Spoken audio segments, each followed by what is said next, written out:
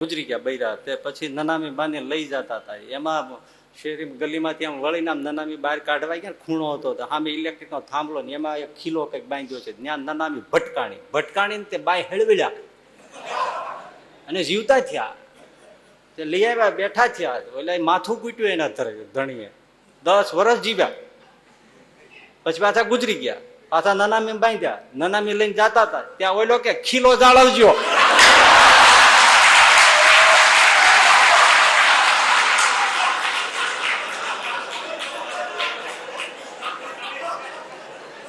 હવે નહીં જીવાય નહીં. આજ્ઞા પાળવી કઠણ પડે છે. 5 પૈસા જે જુદા છે ને એમાં લોકો જેટલું ઘરમાં ને વ્યવહારમાં સંબંધીઓમાં દીકરાઓમાં એમાં જેટલું છૂટે હાથે વાપરે છે એટલું દેવને અર્થે વાપરવામાં લોકો આપણે ઘણી વાર કહીએ છીએ કે ઠાકોરજી પાસે છે ને નાનામાં નાનું જામફળ ગોતી આવે. કોણ જાણે રે સ્પેશિયલ રેકડીમાંથી ગોળ કાઢે બોલો. અને આપણે એમ કે 3 વાગે ઠાકોરજીને ધરાવીએ અહીંયા નકરા બિયાના લોચા લોચા લોચા લોચા. હે એ મહિનો જેવો થયો સામે આવીને મારા હાથમાં લાકડી રાજા ધીરાજો દેવચંદ બાપા કે જય સ્વામિનારાયણ પ્રભુ ઉઘરાણી આવ્યા તો હા કેમ મારો ભાગ કાઢતા નથી. પણ દેવ ધર્મા દો કે સત્સંગ સેવા એમાં ક્યાંય બહુ હોય બહુ તો મંદિરે જાય તો 5-10 રૂપિયાની પહોંચ ફાળાવે એની સામે પ્રસાદ લઈ જાય. એ પ્રસાદ ને પાછો 3 વાર ઊંઘી જવે ચોખ્ખું છે વેજીટેબલ એ શું એ બધા કઈ સત્સંગની કે સંસ્કૃતિની કે એનું બધા રક્ષણ કરે છે. હવે વાત એ સાચી ને અમારે જો નોકરીએ જવાનું હોય તો આ કરે કોણ? તો શાસ્ત્ર અધ્યયન ક્યારેક કરવું, બીજું પ્રવૃત્તિ ક્યારેક કરવી. નોકરીએ જવાનું હોય તો કઈ રાતે ખિસ્સા કાપવા જતા નથી. દર જગ્યાએ ઉત્સવમાં વડતાલ હોય જ્યાં હોય ત્યાં લોકો આપે છે એમ જ આપે છે ને ભગવત બુદ્ધિથી જ આપે છે ને. ટીકા કરનારા સત્સંગમાં ખાતા હોય છે ને ટીકા કરતા જતા ખાતા હોય ને ટીકા. આપણે અહીંયા ઘણી વાર જમતા જતા આવું બધું ન કરવું જોઈએ. તો તું જમે છે શું કામ આવે અહીંયા તારે જમવું શું કામ જોઈ? એક બાજુ ટીકા કરવી ને બાજુ આવી બુદ્ધિ ક્યારેય ન રાખવી. હા આપણે હોલ બંધાયો છે ને આપણે અત્યારે ભગવાનની વાત કરીએ છીએ 5 જણાને સત્સંગનો રાહ મળે જીવન સુધરી જાય તો શું નકામું જાય છે ભાઈ ભલામણ. અને આપ્યા વગર આ બધું થયું છે. તમારે જેમ મખી ચૂસકોઈ હોય એને એવાથી થાય. ઉછીની બીડીયું પીતા હોય એ દેતા છે આમાં. હવે બીડી આપો ત્યાં પાછો કે બાકસ દેજો. હવે એનાથી શું થાય?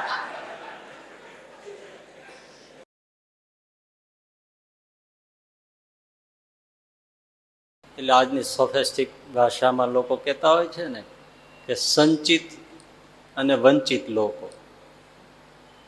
સંચિત લોકો છે એમણે વંચિત લોકોને મદદ કરવી. સાહિત્યિક ભાષામાં વાત કરે. સંચિત એટલે જેની પાસે ખૂબ ભેળું થયું છે એવા લોકો. વંચિત એટલે જેની પાસે અભાવ છે એને મદદ કરે.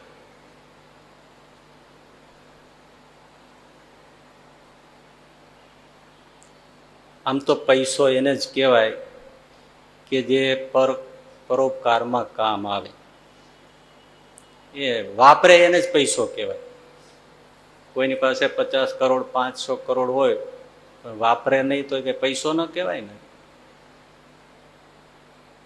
પહેલાના જમાનામાં જમીનમાં દાટી રાખતા તે હજારો સોના મોહર દાટી રાખે. ધૂળ ને સોનાની મોહર બે સરખા જ કહેવાય ને. વાપરે એને જ પૈસો કહેવાય.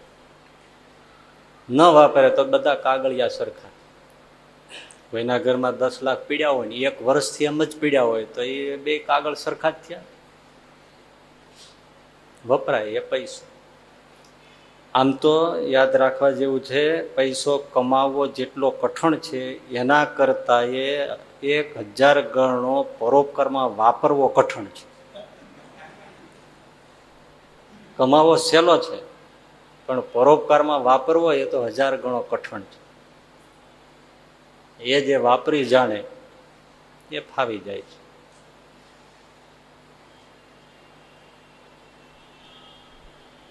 તો મૂળ વાત આપણે આગલા પ્રવચનથી ચાલે છે તે પેલા કઠિયારાની વાત છે કે 6 પૈસા કમાય છે ગુપ્ત વેશમાં ભોજરાજાની સાથે જ વાત કરે છે, પણ એને ખબર નથી કે આ ભોજરાજા છે.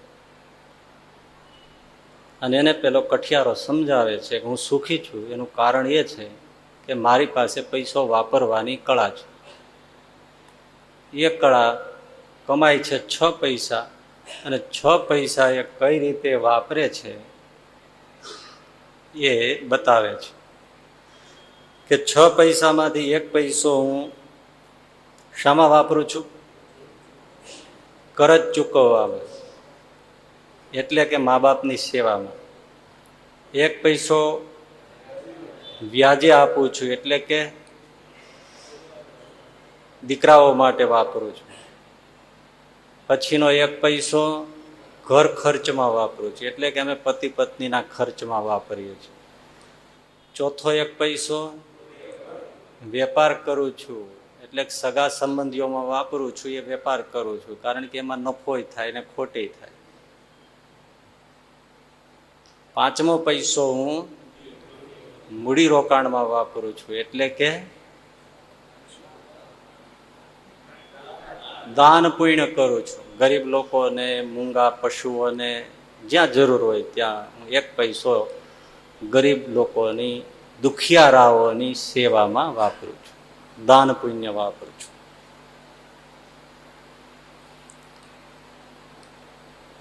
છેલ્લો 1 પૈસો એ એમ કહે છે કઠિયારો કે ભાઈ હું છેલ્લો 1 પૈસો, 6થો પૈસો, એની હું જકાત ભરું છું. ભોજરાજાને પેલો સમજાવે છે. એટલે છુપાવેશમાં ભોજરાજાએ પૂછ્યું કે ભાઈ તમે જકાત ભરો છો એટલે શું એમ? કારણ કે ભોજરાજાને ખબર છે મજૂર લોકો પાસે કે આપણે જકાત લેતા નથી. જકાત એટલે ટેક્સ, વેરો, મહેસૂલ, જે કંઈ ગણો. પૂછ્યું એટલે એમણે સમજાવ્યું કે હું જકાત ભરું છું, એટલે કે 1 પૈસો હું ઠાકોરજીને અર્પણ કરું છું, એ હું જકાત ભરું છું. હવે એની સમજણ જુઓ. હું 1 પૈસો ઠાકોરજી માટે અર્પણ કરી દઉં છું રોજે, એ જકાત ભરું છું, એટલે એને એમ કહું છું જકાત ભરું છું. એ કઈ રીતે? તો એમણે કઠિયારો સમજાવે છે કે સમજો ભાઈ, મુસાફર ભાઈ, આપણે ભોજરાજાની નગરીમાં રહીએ તો ભોજરાજાને અરે વાત કરે છે તો સહેજે સમાજે, લોકોએ, બધાએ ભોજરાજાને કઈ જકાત આપવી પડે કે નહીં, કઈ વેરો ભરવો પડે કે નહીં? પેલો કે આ ભરવો જ પડે, કોઈના રાજ્યમાં રહીએ છીએ તો જકાત ભરવી પડે. તો આ દુનિયા છે એ ભગવાનનું રાજ્ય છે, એની સૃષ્ટિ છે, એમાં આપણે રહીએ છીએ તો આપણે પણ ભગવાનને કંઈક વેરો ભરવો જોઈએ. ભોજરાજા જોઈ રહ્યો કે આ જોત ખરા.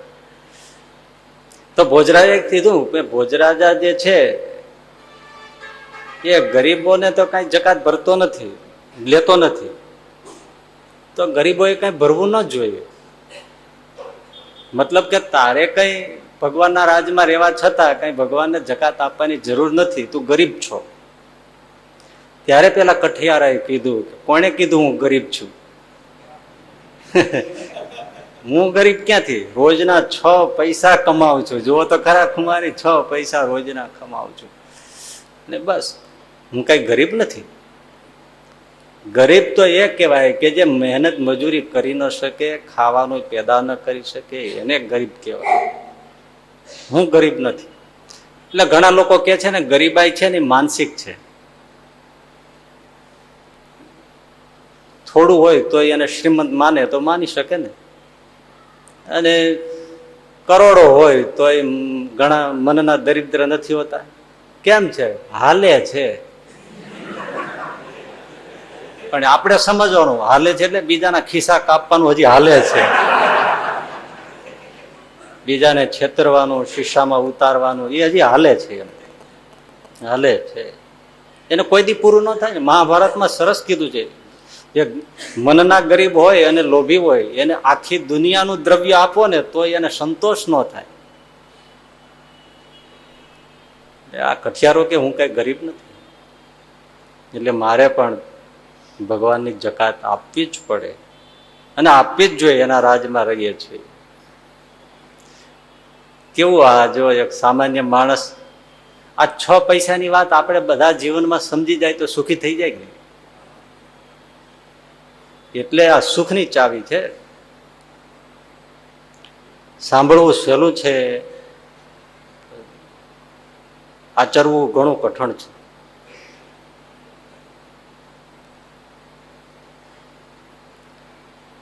કોઈ પણ રાજ્યમાં રહેતા હોય તો એ કોઈને કોઈ પ્રકારે ટેક્સ લઈ જ લે છે. જમીન ના, મકાન ના, પાણી ના, બધા ગમે તે લાખે જ છે. ગરીબમાં ગરીબ માણસની આજે જકાત કપાઈ જાય, ટેક્સ કપાઈ જ જાય છે. તમે જો સાવ ગરીબ હોય ને તો શું મેડિકલમાં દવા લેવા જાય તો 2-3% કપાઈ જ જાય છે. એમાંય બિલમાં આવે છે, ટેક્સ લાગીને જ આવે છે. ભલે સરકાર લે છે, આપણે સારો અર્થ સમજીએ, થોડો તો સારો છે જ. સરકાર લે છે પણ એના બદલામાં સરકાર એ રસ્તા, રોડ, ગટરની સગવડતા, સ્કૂલ, દવાખાના, લશ્કર, પોલીસ, આ બધી સુવિધાઓ, લાઈટ, પાણી, બધી વ્યવસ્થાઓ, તેમજ ઘણી બધી ઝીણી ઝીણી ઝીણી કેટલું જ તંત્ર ચાલે છે એ બધાની સગવડતા એ આપણા ટેક્સમાંથી સરકાર આપે છે.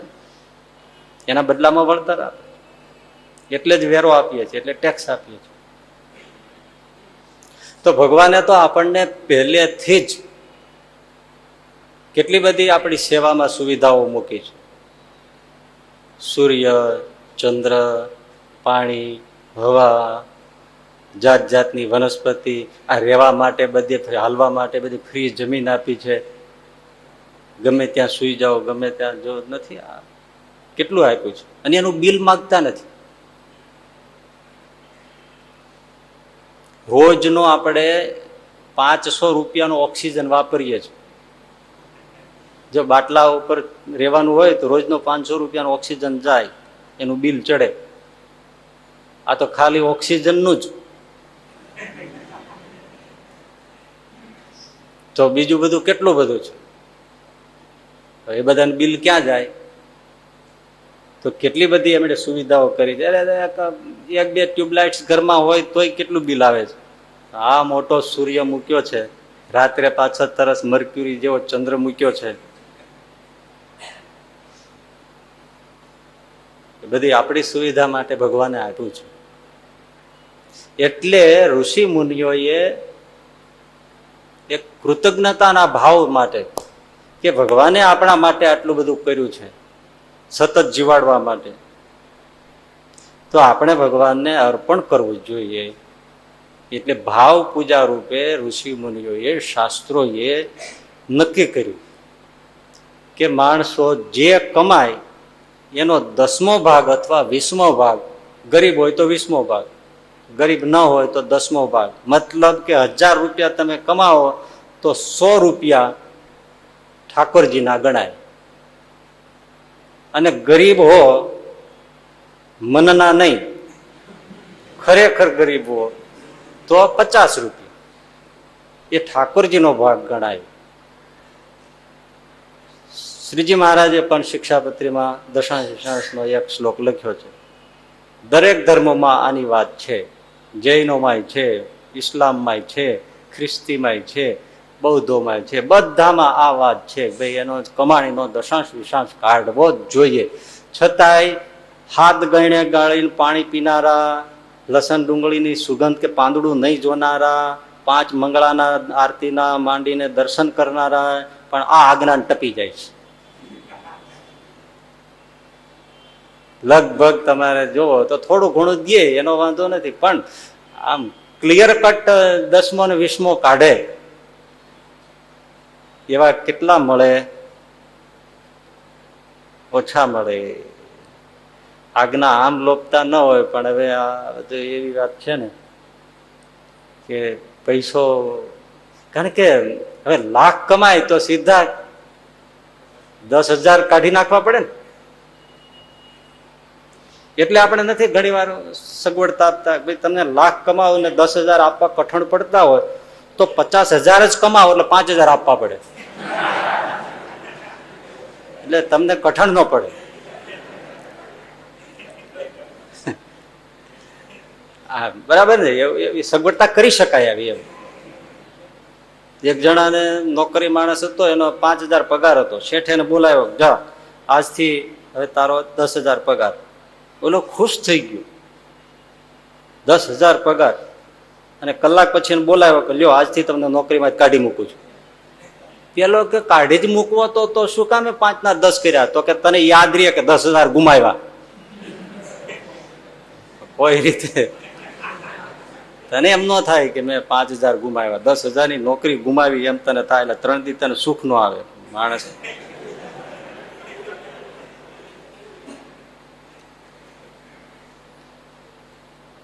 દશાંશ વિશાંશ ઠાકોરજીનો છે અને આપવો એવું બધા શાસ્ત્રો બધા ધર્મોમાં વાત કરી છે. એના વળતર રૂપે ઋષિ મુનિએ આપણને ઘણું બધું આપ્યું છે. મતલબ કે સુવિધાઓની જે વાત છે એ આપણે સમજવી જોઈએ. આપણે કોઈ એક સંપ્રદાયની વાત નથી કરતા, પણ દરેક માણસ જે તે સમાજમાં જે તે ધર્મમાં છે બધાને દશાંશ વિશાંશની વાત છે. ભગવાનને નામે 10મો ભાગ કે 20મો ભાગ કાઢી નાખે. એ સૌ પોતપોતાને જ્યાં શ્રદ્ધા હોય એ ધર્મ સ્થાનમાં આપતા હોય. હવે ધર્મસ્થાનમાં જે પૈસો દશાંશ વિશાંશ, જેને આપણે શું કહીએ છીએ? ધર્માદો. શું કહીએ છીએ? ધર્માદો. સૌની શ્રદ્ધા હોય ત્યાં આપતા હોય છે. એના બદલામાં ધર્મસ્થાન થકી શ્રીજી મહારાજે પણ શિક્ષાપત્રીમાં તો સ્પષ્ટ કીધું જ છે, એટલે એની વિગતો આપેલી જ છે. બધા ધર્મોમાં જુદી જુદી રીતે પણ બધું કહ્યું છે કે ભાઈ આ જે એક અમુક છે ધર્મો કે જે એની આખી જુદી વિશિષ્ટતા છે, એની ચર્ચા આપણે નથી કરવી. પણ જનરલી ધર્મસ્થાનમાં આવેલો ધર્માદોનો પૈસો, એમાંથી શું કરવાનું? એક, દેવ સેવા કરવાની વ્યવસ્થિત. જે ધર્મસ્થાન હોય ત્યાં જે દેવ બિરાજતા હોય એની વ્યવસ્થિત. શિક્ષાપત્રીમાં મહારાજ કીધું અમે પધરાવ્યા એવા જે લક્ષ્મીનારાયણ નરનારાયણ આદિ જે સ્વરૂપો એની યથાવિધિએ કરીને સેવા કરવી. આ પહેલો ઉપયોગ. શા માટે લોકો આપે છે? તો સેવા તો એવી ઠાકોરજીની થવી જોઈએ. એવું નથી 5 આરતી કરી નાખી અને 3 ટાઈમ થાળ કે દૂધ જળ ધરાવી દીધું એટલે વાત પૂરી થઈ ગઈ. ખરેખર તો સેવા તો રાજા ધીરાજ આમ સમ્રાટ બિરાજમાન હોય સાક્ષાત પ્રગટ એવા ભાવથી સેવા થવી જોઈએ. હા, એવા લાડથી એને જગાડવાના, પોઢાડવાના. ઘણી વાર તો આપણે જોઈએ સુખશૈયા હોય ને તો એ ક્યારે ધોવાઈ હશે એ જ ખબર ના હોય. બધું બહુ વ્યવસ્થિત. ઘણી વાર ઘણી જગ્યાએ તમે જુઓ તો મુખ્ય દેવ હોય એની બહુ સેવા થતી હોય, આજુબાજુના દેવ બિચારા મૂંઝાતા હોય એવું લાગે, ધૂળ ખાતા હોય. દેવ સેવા એવી થવી જોઈએ. એક છે, હા, તમે ઇસ્કોન મંદિરમાં જાઓ તો આમ રાજા ધીરાજ આમ કૃષ્ણ બિરાજતા હોય, એ જાગતા હોય તો એવી રીતે બિરદાવલીઓ ગવાતી હોય, સંગીતના સુર વાગતા હોય, સ્પેશિયલ સંગીત શીખ્યા હોય એવા લોકો સંગીતની પદાવલીઓ રજૂ કરતા. રાજા ધીરાજ પાપીણો ખોલે છે, આંખ ખોલે છે ત્યારે એને કેટલી અદા હોય, કેવા મીંજણા નાખતા હોય, કેવા પવન નખાતા હોય, કેવી રીતે એને જળ જારી આ બધું જાત જાતના સિઝનના ફળ ફૂલ પુષ્પો એના શણગાર જીવંતમ છે. અને આવનારને દિવ્ય અને ભવ્ય લાગે. કોઈ આપણે ગયા છે રાજા મહારાજના રાજા ધીરાજના મહેલમાં, એમ સેવા થાય. એટલે સેવા અદભુત રીતે થવી જોઈએ. કરવા ખાતર થાય વાત અલગ છે. અને દેવને માટે તો જેટલું કરીએ એટલું ઓછું છે. અદભુત સેવા રીતે જે સત્સંગીઓએ એટલે કે અનુયાયીઓએ જે પૈસો આપ્યો છે તો દેવની સેવા અદભુત રીતે થવી જોઈએ વિધિ સહિત. ધર્માદાનો ઉપયોગ. પછી બીજો ઉપયોગ, હર કોઈ અન્નાર્થી આવે એને અન્નદાન કરવું. શિક્ષાપત્રી. ભૂખ્યો કોઈ પણ આવ્યો દેવ મંદિરે ધર્મસ્થાને તેનું ભોજન અને આરામ એના માટેની વ્યવસ્થા મંદિરમાં થવી જોઈએ, દેવસ્થાનોમાં થવી જોઈએ. ભૂખ્યો કોઈ જવો ન જોઈએ. લોકો આપે છે તો શા માટે આપે છે? પૈસો પડ્યો રહી એનો કોઈ સારો ઉપયોગ નથી ને. આવે એને જમવાનું, અન્નાર્થી કોઈ પણ આવે નહીં, એ જેમ તેમ નાખી દો એવું નહીં. સારી રીતે એને આદરથી, માનથી, સન્માનથી ભોજન માણસને મળે. અને જમીને જનારો સમજુ કોઈ માણસ ખાલી હાથે ના જાય. હોય છે અમુક ટકા એવા હોય છે, નથી હોતા એવું નથી. એને મંદિરનું મફતનું જ ભાવે અને પચે. 3-3, 4-4 જાતના ટીલા ટપકા ખિસ્સામાં રાખે. જે મંદિર આવે એનું ટીલું કરીને ગરી જાય. જૈન મંદિર ભાળે તો કે જય જીનેન્દ્ર કરીને બેસી જાય પંક્તિમાં. બોલો, વૈષ્ણવ મળે જય શ્રી કૃષ્ણ કરીને બેસી જાય. એટલે એવાય હોય. પણ મોટે ભાગે જમે તો આપ, પણ એને સારી રીતે જમવાનું મળે, વહેલા મોડા આવે તો આ અન્નદાન થાય. એ એક ધર્માદાનો ઉપયોગ. ત્રીજો ઉપયોગ, પાઠશાળા સ્થાપી અને સદવિદ્યાની પ્રવૃત્તિ કરાવી. આમાં વિદ્યા અને સદવિદ્યા બે આવી. પેલા સદવિદ્યા શું? આપણે બહુ સીધો સાદો અર્થ કે સત્સંગની વૃદ્ધિની પ્રવૃત્તિ થાય. સત્સંગનો પ્રચાર પ્રસાર, લોકોને બધું સાહિત્ય મળે, કથા વાર્તાનો અખાડો હોય, લોકો બધાને શાસ્ત્રની કથા સાંભળવા મળે. એ બહુ મોટું કામ થાય. એટલે સત્સંગ પ્રચારની, ધર્મ લાભની પ્રવૃત્તિ ધર્મસ્થાનોથી થવી જ જોઈએ. ગામડે ગામડે જ્યાં જ્યાં જાય ત્યાં. અને શિક્ષણની પણ પ્રવૃત્તિ ચોથી. અને પાંચમી, ગરીબોની સેવા. જ્યારે જ્યારે સમાજમાં જ્યાં જ્યાં જરૂર પડે ત્યાં આમાંથી કામ થાય. આ 5 ઉપયોગ એ લોકોએ આપેલા પૈસાનો થવો જ જોઈએ. જુઓ, 10મો ભાગ 20મો ભાગ આપ્યો તો એના બદલામાં કેટલું બધું વળતર સમાજને આપવાનું ગોઠવાયું છે. એટલે એ પૈસાનું આટલું વળતર આપીને મોટું કામ ઋષિઓએ, શાસ્ત્રોએ એ કર્યું. બહુ સમજવા જેવું છે કે લોકો જે કમાય છે એના પૈસાને ધર્માદામાં આપવાથી શુદ્ધિ થાય છે. સરસ કે છે ને ભાઈ કે જળથી, સ્નાનથી શરીરની શુદ્ધિ થાય, દાનથી ધનની શુદ્ધિ થાય, અને ધ્યાનથી ને જપથી મનની શુદ્ધિ થાય. એટલે આપણે ધંધો કે છે. શું કે? શું બોલે? ધંધો. ધન એને ધો એટલે ધંધો. ધન ને ધો, એ ધોવાની પ્રવૃત્તિ આ છે કે સમાજની ને ઠાકોરજીની સેવા થાય. ઋષિઓની વ્યવસ્થા કે આપણા ધનને ધોઈ આપે છે. હવે આમાં થોડુંક સમજવા જેવું છે. બધું તો જો બહુ સ્પષ્ટ સમાજમાં ન કહી શકાય, પણ જેટલાને જેટલું થોડુંક ઈશારામાં સમજાય એટલું સમજી લે તો બહુ સારી વાત છે. દાન પુણ્યની વાત હોય ને સાર્વજનિક, એ ખૂબ ખુલ્લે દિલથી કહી શકાય. પણ જ્યાં વાત ધર્માદાની આવે ને ત્યાં ચોકડા ચડાવીને વાત કરવી પડે. હા, એ તમને ના સમજાય, એ અમારે સમજવું પડે. એટલે બહુ વિવેકથી કહેવું પડે. સમાજમાં આપણો ધર્મ સમાજ દેવ મંદિરોમાં અને દેવની સેવામાં અને એમાં પુષ્કળ આપે છે. આખા હિન્દુ સમાજમાં તમે જો.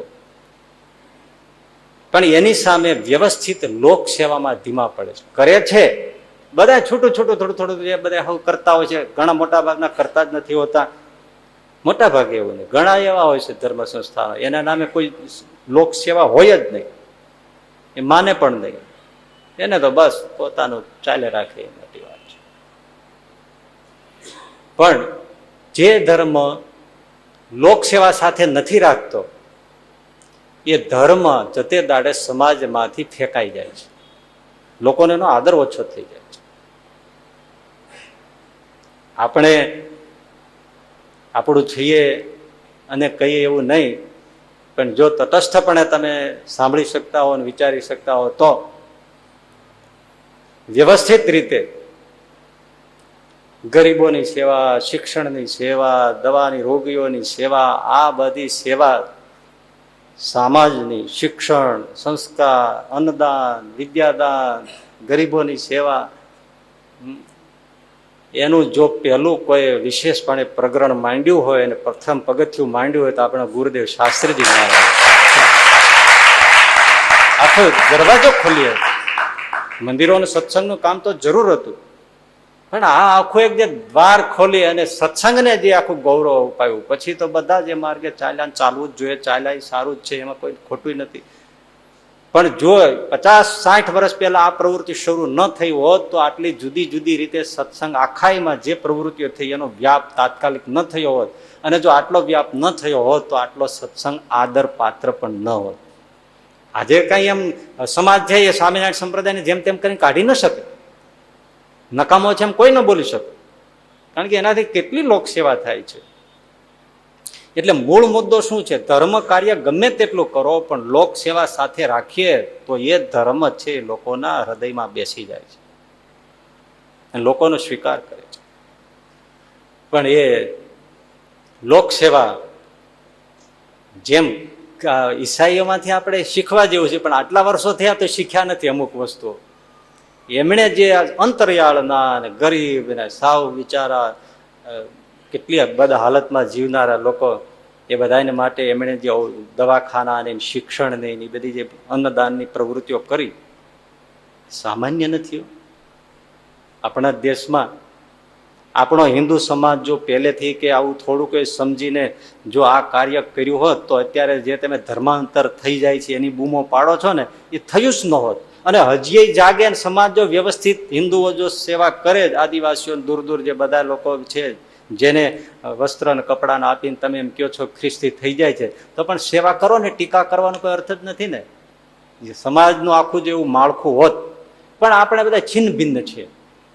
રાજ્ય એક એવું સરસ તંત્ર હોય કે એમાં બધા જ હિન્દુ સંસ્થાનો એમાં પૈસો આપે અને એનો વ્યવસ્થા પછી આવા ગરીબોને તમે જે ખ્રિસ્તીઓ કરે છે એ જ કાર્ય કર્યું હોય તો કોઈને હિન્દુ ધર્મ છોડવો નથી. કેવડું મોટું કામ થાય. એટલે આપણે શું છે, આ એકાંગી પકડી લઈએ છીએ, પરિણામે જતે દાડે આપણા જ મંદિરો તૂટે છે. મંદિરો ગમે એવા ગગન ચુંબી કરી નાખો ને, પણ જે સમાજ પછી તમારા હાથમાંથી નીકળી જાય. આજે અરુણાચલ હોય, મેઘાલય હોય, બધા આ જે પ્રદેશો જવા માંડ્યા છે, તો એ શા માટે જતા રહીએ છીએ? આપણે આપણા સ્થાન બધાને જોઈએ છે, પછી જે થતું હોય તે થાય. એટલે હિન્દુ ધર્મ નબળો પડી જાય છે. અને એની અંદર કેટલા લોકો સમર્પિત થઈને ભાઈઓ બહેનો બધા મદદમાં સેવામાં જોડાતા હોય છે. ગજબ છે. એવું તો કદાચ હિન્દુઓમાં ડોક્ટર થયેલા હોય અને છેક દૂર દૂર ગામડાઓમાં રખડતા હોય, ઘણી ગરીબોની સેવા કરતા આખી જિંદગી કાઢી નાખે. સામાન્ય જે આ પતરોગ થયા હોય, કુષ્ઠરોગી થયા હોય, જેને કોઈ અડે નહીં, એની સેવા કરવી સામાન્ય નથી હો. થોડું ભલે આપણે એને વખોડીએ ખ્રિસ્તીઓને, પણ એ ડોક્ટર્સ ને બધા જે સિસ્ટર્સ ને બધા કામ કરતા હોય એ સામાન્ય નથી. એમાં ભણીને જે લોકો અત્યારે ખૂબ સુખી જીવન જીવતા હોય, તમે લાખ કહો તો એને ક્યાંથી ગળે ઉતરે? હોય તો હિન્દુ જ, પણ પછી ક્રિશ્ચન જ થયા હોય. એ શા કારણે થયા આપણે સમજવા જેવું નથી. હિન્દુ સમાજે એ લોકોની દરકાર ન કરી. આપણે દક્ષિણમાં તમે જાઓ, ગુજરાતની પરિસ્થિતિ સારી છે, દક્ષિણમાં તમે જાઓ, મોટા મોટા મંદિરો છે ને, આખા દેશમાંથી યાત્રાળુ આવે છે, હજારો લાખો કરોડો રૂપિયાની મિલકત ઠલવાય છે, પણ ત્યાં જીવતી પ્રજા તમે જુઓ કેટલી ગરીબ છે. એ બધા ધર્મ સ્થાનો એને નભાવે તો એની ગરીબી નીકળી જાય, પણ એ નથી થતું ને. પછી આપણે દોષ બીજાને દઈએ છીએ. આ આપણી હિન્દુ ધર્મની નબળાઈ છે. એ સેવા નથી થતી. અને ટીકા થાય એવું આપણે દેવ અર્ચનનું કાર્ય, દેવ અર્ચનનું હું તમને મહિમા કહીશ, પણ ટીકા થાય એવું બધું ધર્મનું કાર્ય પણ હોય. દર વર્ષે આપણે આ રૂપાલમાં પલ્લી ચડે છે, 2 લાખ કિલો ઘી જે રીતે ઢોળે છે, ભલે દેવ માતાજીને ચડાવે છે, આપણને કોઈ વાંધો નથી, પણ જેને કઈ શ્રદ્ધા નથી એને તો ગળે ઉતરે તમે લાખ કરો તો. એના કરતા એને એમ હોય કે જે લોકો હોસ્પિટલમાં સબળે છે, ખાવા નથી પીવા નથી, એવા લોકોને તમે આપો તો વાતે સાચી લાગે કે ગરીબોને ઘી વેચી નહીં તમે માતાજીને ચડી ગયા પછી વેચો ને પછી આપો તો માં એના કઈ દીકરાઓને મળે અને ખાય પીએ તો કઈ નારાજ થાય એવું તો બને નહીં. આપણે અહીંયા નીલકંઠ વર્ણિનો દર સુધી 9મી અભિષેક થાય પછી એ દૂધ ઝીલી લઈએ છીએ અને એ જ પાછું પ્રસાદીમાં આપીએ છીએ, બધાને મોઢે તો જાય છે. ન કરો તો ગટરમાં જતું રહે. એવી વ્યવસ્થા બધી જગ્યાએ બધી રીતે થાય તો ઘણી વાર આપણને થાય કે આપણે અભિષેક થતા હોય ભલે ને તમે ખૂબ દૂધથી નવડાવો પણ એ દૂધને ઝીલી તો શકાય જો ઝીલે તો એ દૂધનો તો પાછો કેવો મહિમા હોય પીવાનો. ગોપીનાથજી મહારાજને દૂધથી નવડાવ્યા પછી તમને પીવા આપે કે કોઈ પણ દેવ, એટલે એવું કઈ નથી કે પણ એ કેવું થાય. પણ થોડી વ્યવસ્થા કરવી કઠણ પડતી હશે એનું ના નથી, પણ કરે બધી જગ્યાએ તો બહુ સારું થાય એવું છે. એટલે ધર્મનું આ એક કાર્ય મોટું છે. પણ દેવ સેવાની સાથે લોક સેવાનો અનુસંધાન હોય તો બહુ મોટું કામ થાય. એની સામે જ ભાઈ સમજજો. હવે ઘણા લોકો આપણે એ કહ્યું કે દેવ સેવામાં માને છે તો લોક સેવામાં ઢીલા પડે છે. ત્યારે અમુક એવા લોકો છે, ઘણા એવા છે કે જે લોક સેવામાં ગરીબોની સેવામાં માને છે પણ દેવ સેવામાં માનતા નથી. એને એલર્જી છે. દેવ મંદિરો, આ ઉત્સવ સમયાઓ, સત્સંગ સમારંભો એના પ્રત્યે એલર્જી છે, નફરત છે. એ મંદિરો એ બધું નકામું જાણે છે. રેશનાલિસ્ટ ટાઈપના જે લોકો હોય તો એ બધું આને નકામું જાણે છે. ગરીબોની સેવા માનવ ધર્મ એ સાચો ધર્મ, બાકી બીજો કોઈ ધર્મ નથી. ઘણી બધી લેખો લખાય ને બધી વાતો થાય છે. એ એક જુદી રીતનો જ ખોટો અભિગમ છે. અને એવા લોકો હોય એ તમને દેવ મંદિરમાં એમાં ક્યાંય પૈસા આપે નહીં. સત્સંગમાં હોય, હો સમાજમાં તો હોય પણ સત્સંગમાં એવા ઘણા લોકો પછી એને જુદી રીતે લેતા હોય છે લોકો. એને કે આપણી સોસાયટીને દૂર છે ને એક મંદિર છે, હા હવે એ જીર્ણ થયું નવું જ કરવું હોય પણ એને તમે કહો કે નવું મંદિર કરવું છે તો એક પૈસો ના આપે. પણ તમે જુદી રીતે કહો કે મંદિર છે ને તો હા હવે એને પાડીને મેદાન કરી નાખવાનું છે તો પાડવાના પૈસા આપે. પાડવું તો પડશે જ, એમ આપે તો એમ લેવું પડે, બીજું શું. પણ આપે નહીં. દેવ મંદિરના કાર્યોમાં, સત્સંગના કાર્યોમાં, ઉત્સવોમાં એમ પૈસો આપે, એ માનતા નથી. એ પણ એક બહુ જ ખોટું કામ છે. દેવ સેવા પણ જોઈએ અને જન સેવા પણ.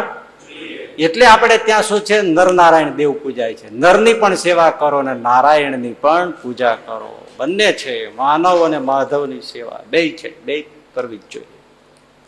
ગરીબોની સેવા કરો. અને ઘણા લોકો કહેતા હોય છે ને ભાઈ તમે ધર્મની ઘણા સમજ્યા વગર બુદ્ધિશાળી ટીકા કરે છે કે આ બધા મંદિરો છે એ બસ આવું જ કરી રાખે છે, આરતીઓ કરીને પૂજા કરીને અર્ચના કરવી, બીજું કઈ કામ નથી, એમાં પૈસો આપવાની કોઈ જરૂર નથી. થોડુંક આંખ ખુલ્લી રાખો. જેટલા ધર્મસ્થાનો હશે એમાંથી તમે બહુ જો થોડો અભ્યાસ કરો ને તો ભાઈ ધર્મસ્થાન જે છે ને એ જેટલો રોટલો આપે છે ને એટલો કોઈ નથી આપતો.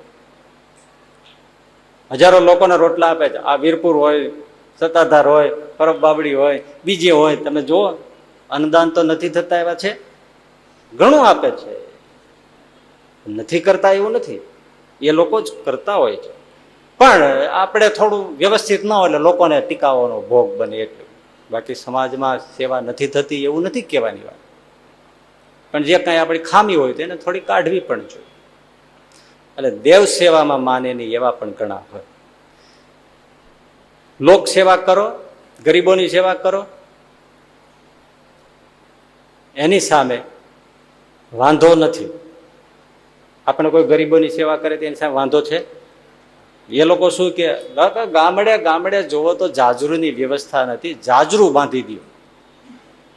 તો બાંધવામાં વાંધો નથી અને બંધાવીએ છે. ઘણા લોકો બાંધી જ આપે છે, નથી બાંધાવી આપતા, નથી સગવડતા કરી આપતા એવું કઈ નથી.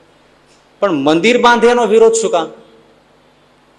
આપણે કઈ જાજરૂ બંધાવે કોઈનો વિરોધ કરીએ છીએ? તો મંદિર બંધાવે એનો વિરોધ શા માટે હોય? બેય થવું જ જોઈએ, બેયની જરૂર છે. સમાજમાં લોક સેવાની જરૂર છે અને માધવ સેવાની પણ, ભગવાનની સેવાની પણ જરૂર છે, નકામું નથી. પણ એક વાત ખાસ કે લોક સેવા કે ગરીબ સેવા કરીએ અને ભગવાનની સેવા કરીએ, દેવ સેવા કરીએ, એ બેયને સરખું ન જાણવું, એમાં બહુ ભેદ છે. આ કોને સમજવાનું છે? જે સત્સંગમાં ઘણા લોકો દેવ સેવામાં નથી માનતા. આમ સત્સંગી હોય, વિચિત્ર છે, અમને એવા ઘણા મળે છે. આમ સત્સંગી હોય પણ દેવને નામે નહીં આપે, મંદિરને નામે નહીં આપે, સત્સંગને નામે નહીં આપે, ઉત્સવને નામે નહીં આપે. તમે સ્કૂલ કરો છો આપશે, દવાખાનું કરો છો તો આપશે, અન્નદાન કરો છો તો આપશે, ઓલામાં નહીં આપે. એ એની કાચી બુદ્ધિ છે ને, એને આપણે કઈ સમજવા જેવું છે. એ સામાન્ય નથી અને બંને એક પણ નથી. ગરીબોની સેવા કરો એટલું જ પર્યાપ્ત નથી. અલાઉ ગામની માં એક કાઠી દરબાર હતા. અલાઉ એ ગામમાં કાઠી દરબાર, બધે લક્ષણે પૂરા.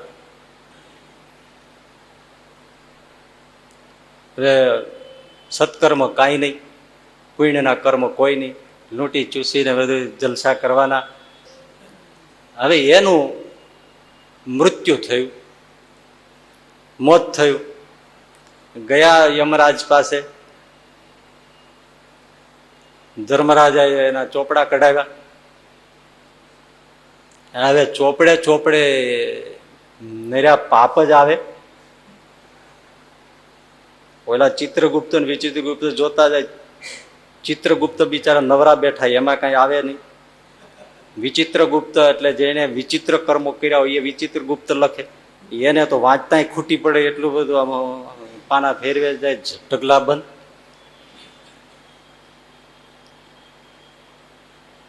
એમાં ચિત્રગુપ્ત પાપ બહુ હતા.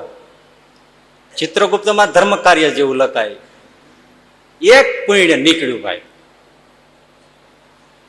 એક નીકળ્યું. હા, એમણે ભગવાન સ્વામિનારાયણના સંતો, આ જૂના જમાની વાત, એ સંતોને એના ગામમાં રહેવા ઉતરવા, ભજન સ્મરણ હરિભક્તો ન થાય એ માટે એક નાનકડું મંદિર થતું હતું અને સંતોને ઉતરવાની વ્યવસ્થા થતી હતી.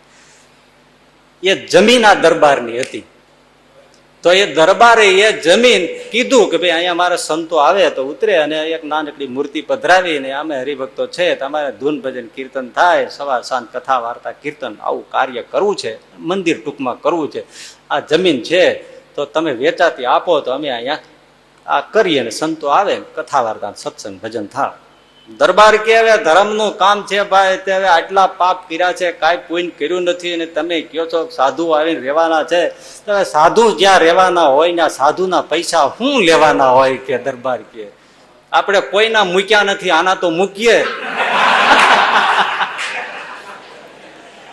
હવે એક કઈક બુદ્ધિ સૂજી એને બોલો, એ કે આપણે કોઈનું મૂક્યું નથી તો એક આ સાધુ છે એનો તો મૂકીએ. એટલે જાઓ બાપા જાઓ, તમે તમારા સંતોને કે તમે ત્યાં મંદિર કરો, મારે એક પૈસો જોતો નથી, લ્યો હું તમને લખી દઉં. એ જમીન પેલા દરબારે આપેલી ભાઈ, હું જોઈ રહ્યા છું. એ ચોપડાનું ખાતું નીકળ્યું ને ચિત્રગુપ્ત હતું ને એને ચશ્મા ચડાવીને જોયું. એ કે આમાં એક પુણ્ય છે. હવે આ પુણ્ય એનું શું કરવું, સામે પાપ છે એનું શું કરવું? ધર્મરાજને સંભળાવી દીધું. ધર્મરાજ હજી વિચાર કરે ના કરે, આ મનાઈ નહીં એવી વાત, પણ એક નગદ સોના જેવી નહીં, 100% સોનાની વાત. ધર્મરાજ હજી તો આમ આંગળી કરીને વિચારે કે આનું કરવું શું. ત્યાં જે સાધુને જમીન આપી હતી, 2 સાધુ જમપુરીમાં એની સામે આવીને ઉભા. એ ભગવાધારી સાધુ ભગવાન સ્વામિનારાયણ જમપુરીમાં ધર્મરાજની સામે આવીને ઉભા. ધર્મરાજ ઉભા થઈ ગયા, પધારો મહાત્માઓ પધારો, હાથ જોડીને ઉભા થયા. કાઠી ઓળખી ગયો. એ કે આ મહાત્માને જમીન આપી હતી આપણે મંદિર માટે, અહીંયા પહોંચી ગયા એને હાથ જોડ્યા. મહારાજ હા. ધર્મરાજને કે મહારાજ શું કરવાનું છે આનું? તો કે હવે તો અમારે કાંઈ ન બોલાય. તો તમે શું કહો છો?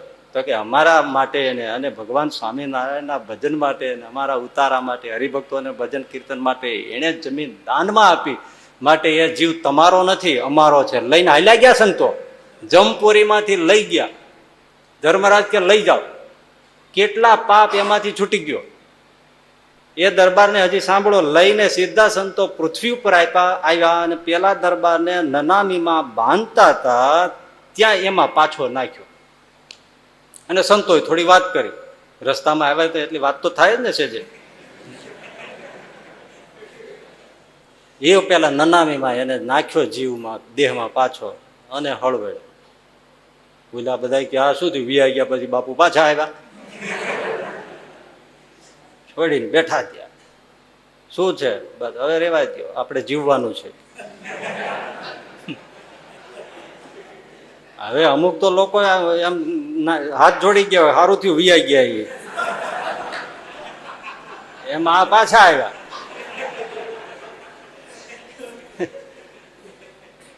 અરે કરી એક જણા ઘરના મરી ગયા ગુજરી ગયા બૈરા. તે પછી નનામી બાને લઈ જતા હતા. એમાં શેરી ગલીમાંથી આમ વળીને આમ નનામી બહાર કાઢવા ગયા. ખૂણો હતો સામે ઇલેક્ટ્રિક નો થાંભલો ને એમાં એક ખીલો કઈક બાંધ્યો છે. ત્યાં નનામી ભટકાણી તે બાય હેળવડ્યા અને જીવતા થયા.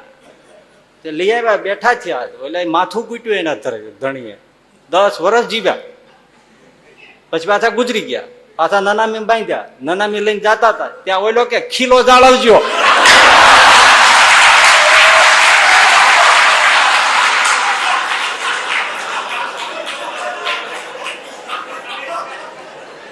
હવે નહીં જીવાય નહીં. એમાં ગામમાં બધા હોય એ તો દરબાર થી કાઈ ગયા હોય ને. દરબારે માંડીને વાત કરી. ગામમાં સાધુઓ હતા જ, બીજા કોઈ આવ્યા છે એમને નાય ધોઈને સ્વચ્છ થઈ પવિત્ર થઈને સંતોના જોઈને આવ્યા ભાઈ જમપુરી. એને પછી કઈ ઉપદેશ દેવાનો હોય? હે, બધું નજરે જોઈને આવ્યા કે આમાં હવે કરવા જેવું પડવા જેવું નથી. સાધુના પગમાં લાંબા થઈને પડી ગયા. વર્તમાન ધારણ કર્યા હોય માણસે. અને પછી ભાઈ નાભીમાંથી ભજન થાય. જો હવે ન કર્યું તો પાછું ત્યાં જવાનું છે. એ કાઠી 10 વર્ષનું સંતો આયુષ આપીને ગયા અને નખશિક ધર્મ પાળ્યા. સંતોએ એને આયુષ આપ્યું. સ્વામિનારાયણ ભગવાનનો આશ્રિત થયા. 10 વર્ષ જીવ્યા. અઠાંગ રીતે ભક્તિ કરી અને દેહ મૂક્યો ત્યારે ભગવાન સ્વામિનારાયણ તેડવા આવ્યા ધામમાં. બોલો જ તમે કહો કે લોક સેવા બરાબર જ છે, પણ પર્યાપ્ત નથી. દેવ સેવા, દેવ મંદિરોની સેવા, ઠાકોરજીની સેવા એ કઈ સામાન્ય નથી ભાઈ. એ ભવ તારીણી છે, મોક્ષપ્રદ છે. ભગવાનનું જે મિલાપ થવો એ સામાન્ય નથી. આપણે ઘણા લોકો સત્સંગમાં હોય તોય દેવ મંદિરે દર્શને જાય તોય પાછું દેવ સેવામાં ન માનતા હોય. આપણને તો ઘણું આશ્ચર્ય થાય. તમે લાભ લ્યો છો, કોઈએ દેવ મંદિરો બંધાવ્યા હશે ત્યારે તમે લાભ લ્યો છો ને. જો બાંધ્યો જ ન હોય તો શું લે? તો આપણે જ્યાં ક્યાંય લાભ લેતા હોય દર્શનનો, અરે આશ્વાસનનો, હૈયાની શાંતિનો, તો ત્યાં કંઈક ને કંઈક અર્પણ કરવું જ જોઈએ. મોટા સંસ્કારના કેન્દ્રો છે, આપવું જ જોઈએ. પણ એક વાત એની સાથે પણ ખ્યાલ રાખ.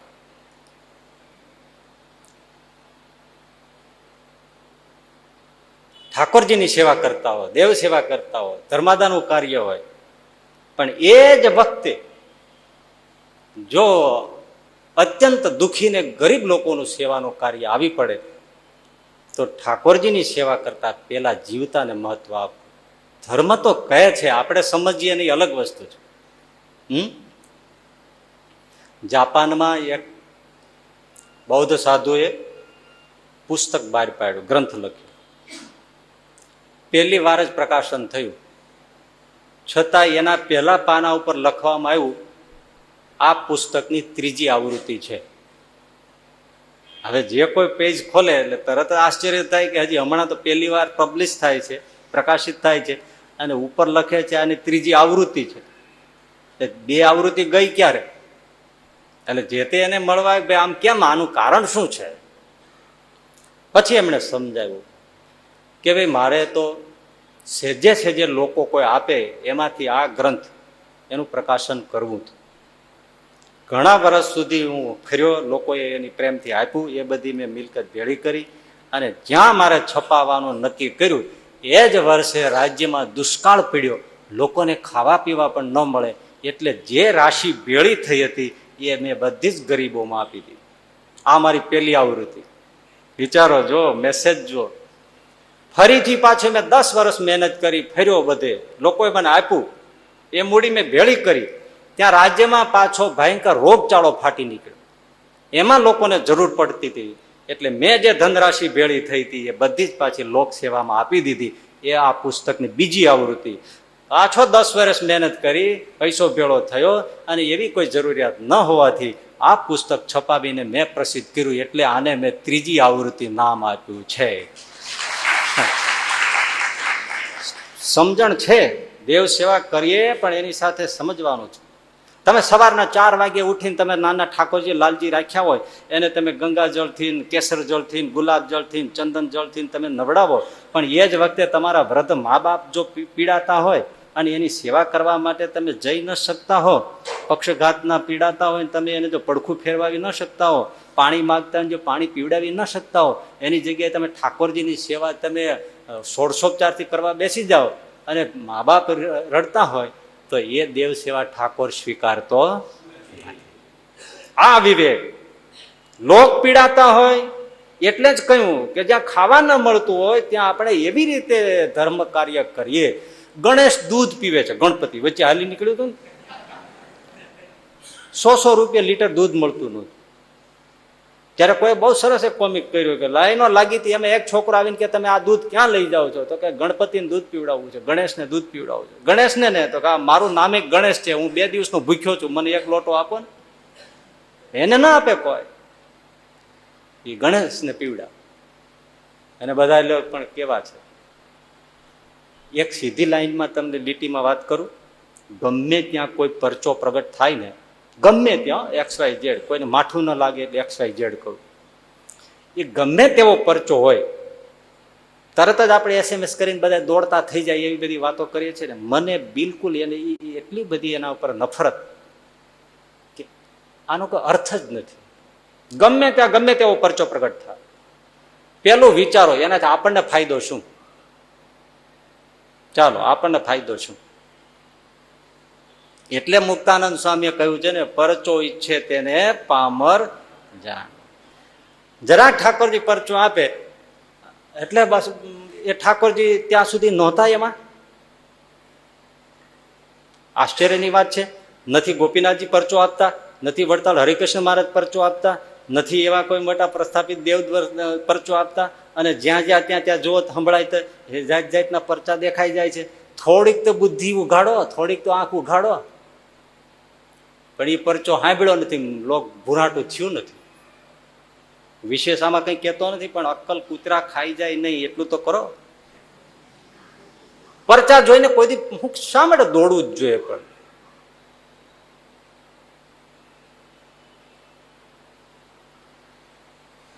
એવા પરચાઓથી સમાજનું ભલું થાય છે. પણ હું નથી માનતો હજી તમને અજવાળા થાય. તરત જ આમાં બેઠા હોય ને એવા જ લોકો પાછા મને SMS મંડે કરવા, મને કે અહીંયા પરચો થયો, અહીંયા પરચો થયો, અહીંયા પરચો થયો. 1-2 વાતમાં આવીને મને કે જો આમ થયું, જાન વિયો છે ત્યાં બહુ નારાજ થયો. એ કે સામે શ્રદ્ધા નથી. મેં કીધું આમાં મૂળથી શ્રદ્ધા નથી, જવા દો. પરચો તો એ આપણને આપણી સામે ઠાકોર આવીને ઉભો રહ્યો એનાથી બીજો મોટો કોઈ પણ.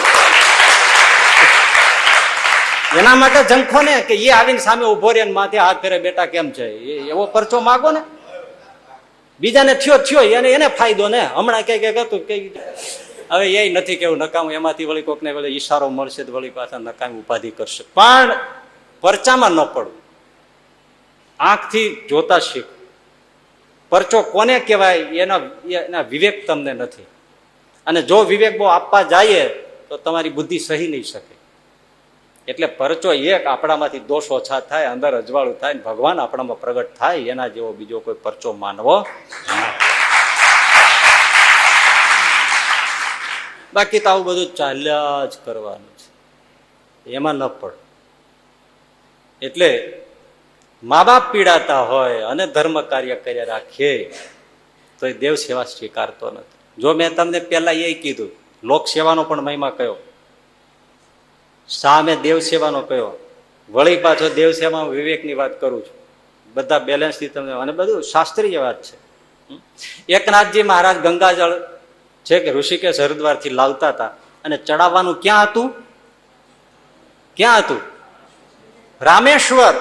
ક્યાં હરિદ્વાર અને ક્યાં રામેશ્વર મહાદેવ?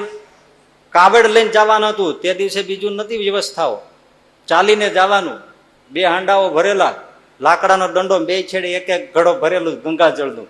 અને એકનાથજી મહારાજ સંઘ સાથે ચાલીને ઋષિકેશ હરિદ્વારથી ગંગાજળ લઈને જતા હતા. છેક રામેશ્વર ગંગાજળ ચડાવવાની એની ઈચ્છા હતી બધાની, નવડાવવાના હતા રામેશ્વરને.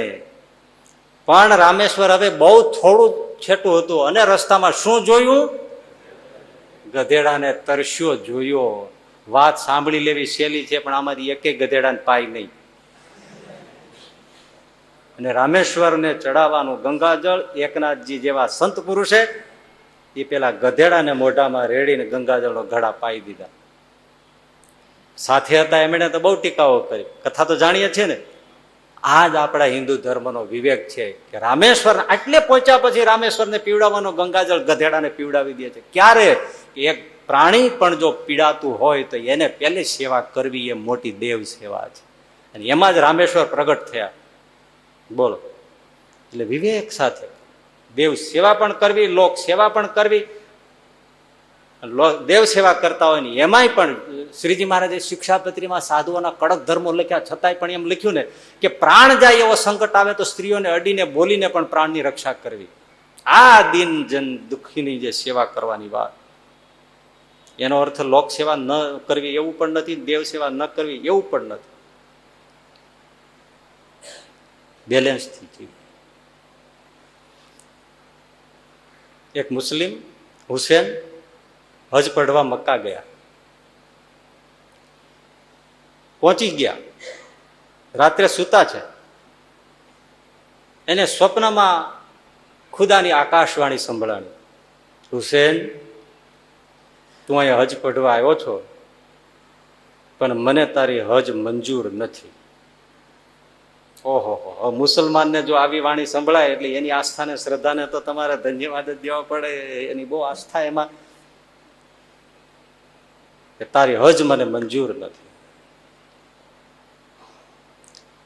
તારા પાડોશમાં રહેતા રસૂલની હજ મને મંજૂર છે. આંખ ઉઘડી ગઈ. આ શું થયું? હકીકતમાં હું હજ પઢવા આવ્યો છું, મારો પાડોશી રસૂલ હજ પઢવા આવ્યો જ નથી.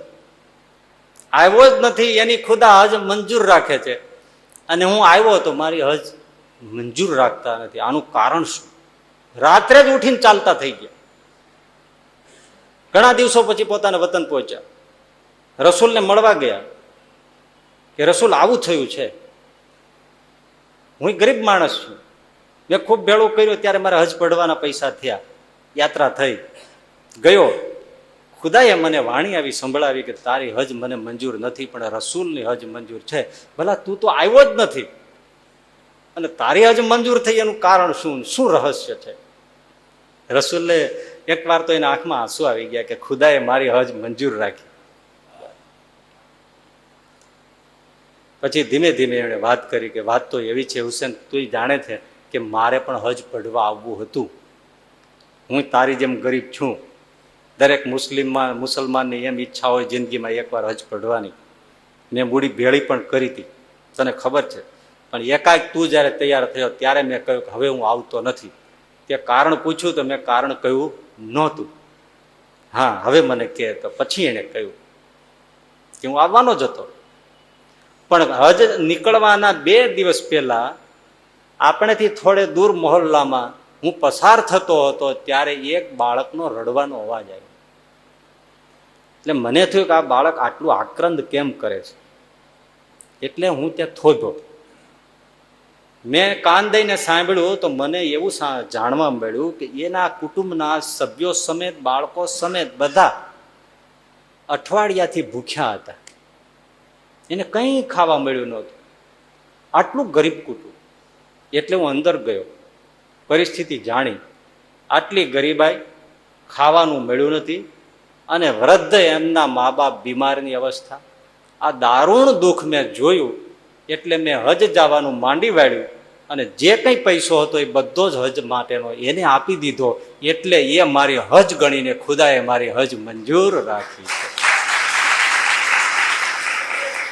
એટલે દાન ધર્મ, લોકસેવા, દેવ સેવા એના બધા વિવેક છે.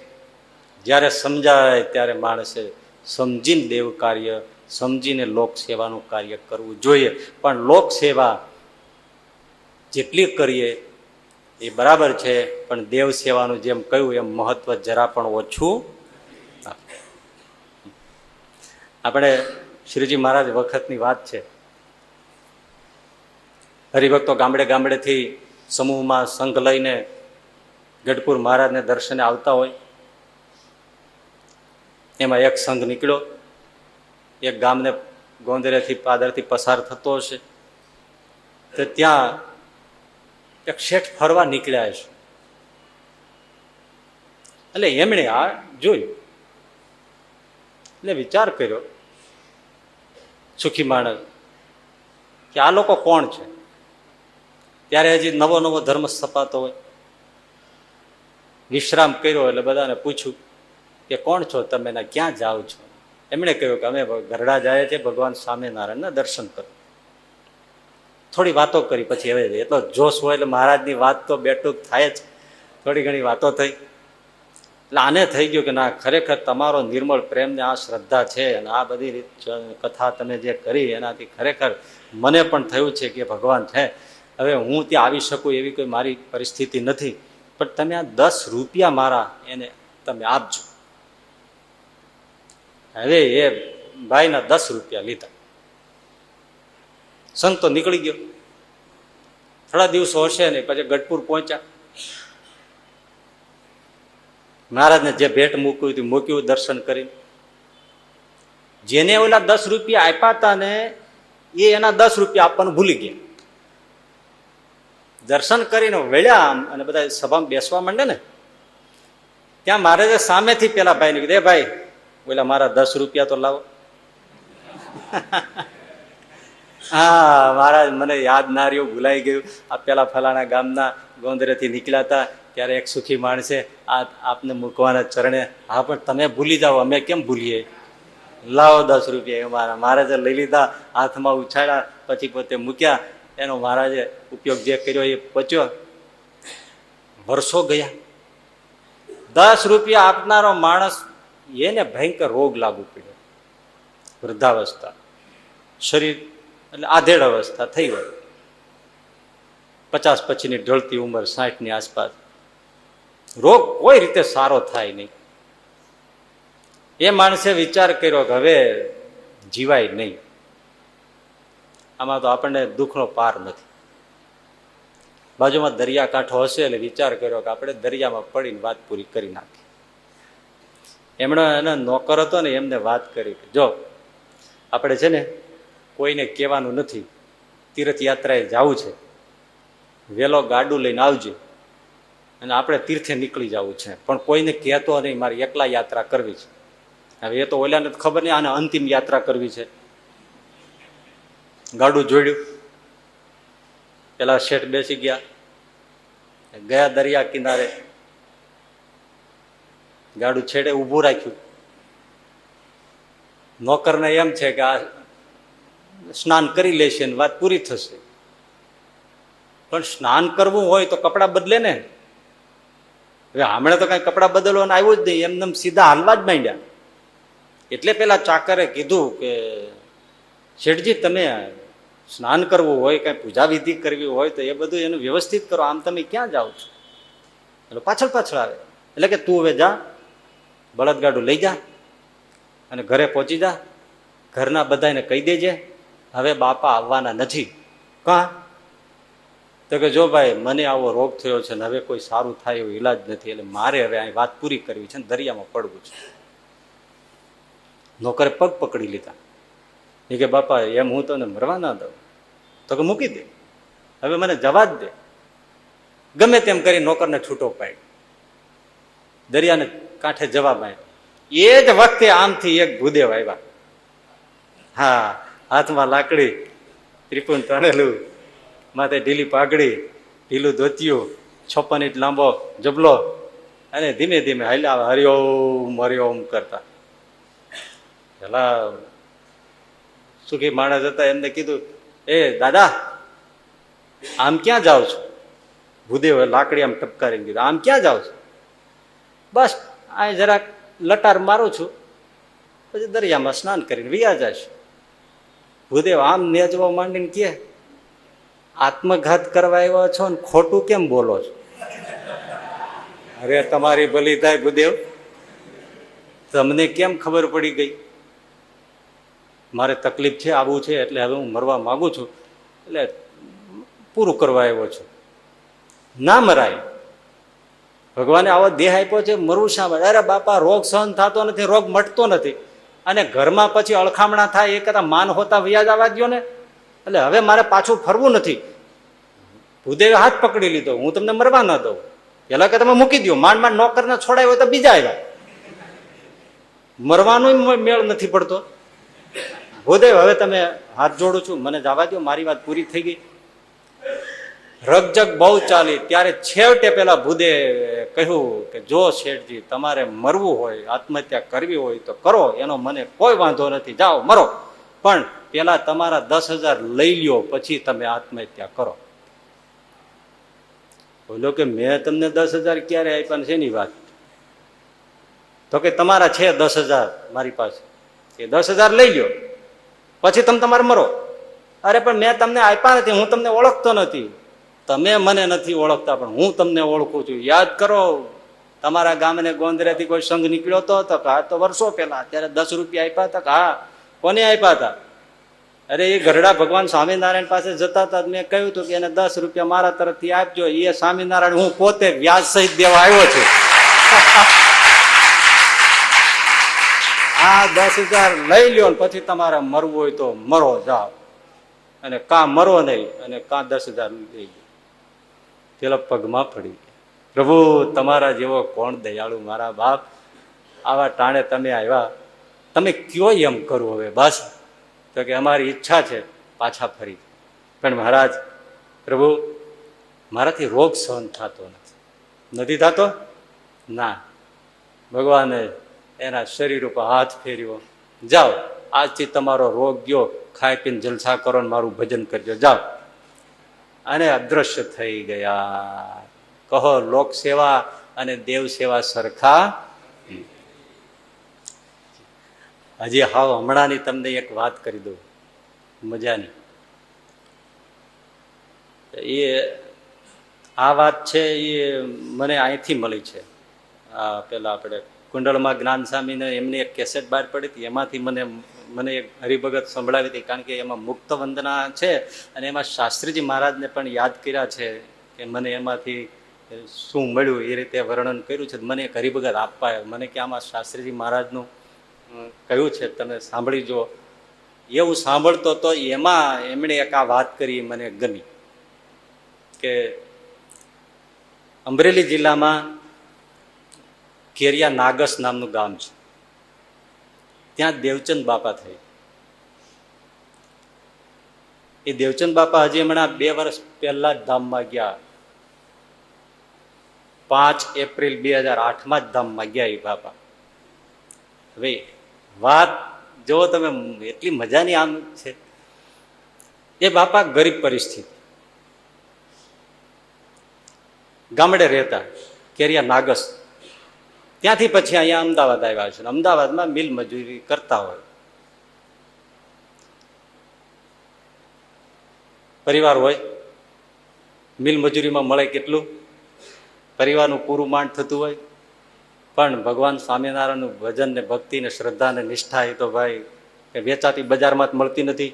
પૈસા વાળાને હોય ને ગરીબને ન હોય એવું જ નથી. પણ આને એવું મહારાજનું બળ શિક્ષાપત્રીમાં કીધું એ આપણે કરવું જ જોઈએ. વાત ક્યાં આવી, આપણે જે કઈ છે ને બધા દશાંશ વિશાંશનો શ્લોક ટપી જાય. આમણે કીધું મહારાજે દશાંશ વિશાંશ કીધો છે, આપણે ગરીબ છીએ તો ગરીબની રીતે, પણ આપણે 10મો 20મો ભાગ કાઢવો જ જોઈએ. પણ બહુ ગરીબ પરિસ્થિતિ. કદાચ ઓલો કઠિયારાની જે વાત કરીએ છીએ ને એ વધારે સુખી હશે, એવી ગરીબ પરિસ્થિતિ. હો, છતાંય 20મો ભાગ કાઢે. જુઓ,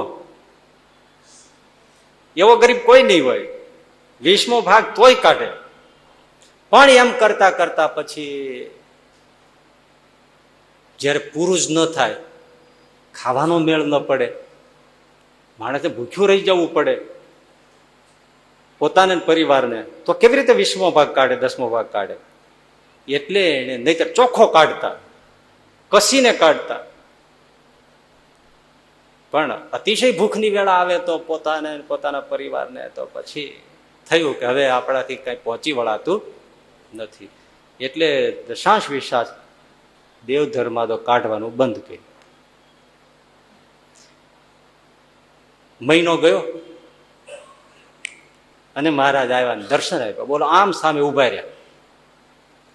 ભગત, અરે મહારાજ, ધન ભાગ ધન ગળી, આપને માને આપના દર્શન થયા, બહુ રૂડા શોભો છો વાલા.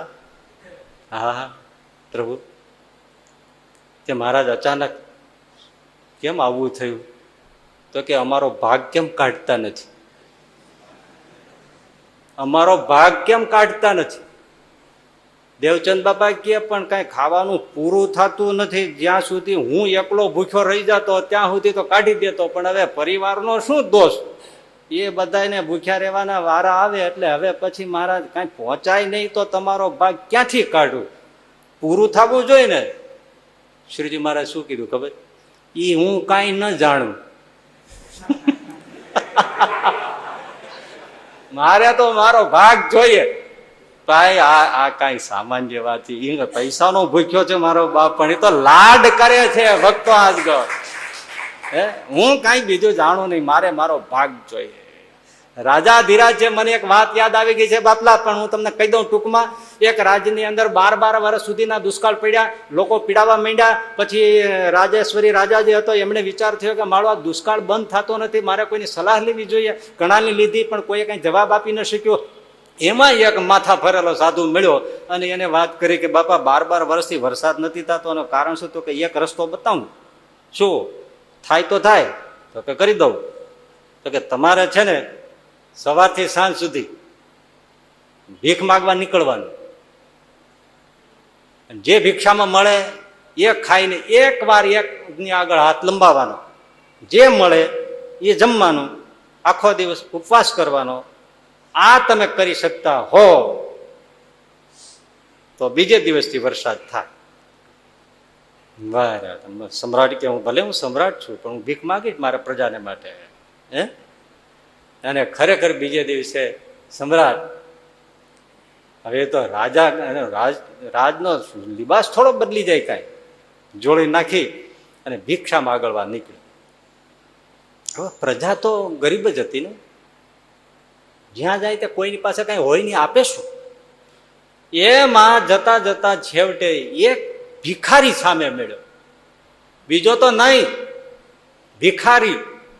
એ ભિખારીને ક્યાંકથી એક ખોબો 2 ખોબા ચોખા મળેલા, એ લઈને પોતાના ઘરે જતો હતો. તો ભિખારીને એમ થઈ ગયું કે આજ તો સમ્રાટ આપણી સામે આવે છે, આજ આપણું દાળદર ગયું, હું સમ્રાટ પાસે માગી લઈશ એટલે સમ્રાટ કાંઈ નહીં, એકાદો મોતી એકાદો હીરો હાર કાંઈક તો આપશે, જોઈ લઈએ પછી બીજા રાજમાં વૈયા જઈશું, પણ આપણું હાથ પેઢીનું દારિદ્ર જાય. એમ માનીને ભિખારી રાજાની પાસે નજીક આવ્યો. રાજાને એમ છે કે આ મળ્યો છે તો હું ભિક્ષા માગી લઉં. અને રાજા એ ભિખારી પાસે સામેથી ગયા. હવે ભિખારી માગે એ પેલા રાજાએ જોડી લંબાવી, ભિક્ષા દેહી, ઓઈલો કે મારી નાખ્યા.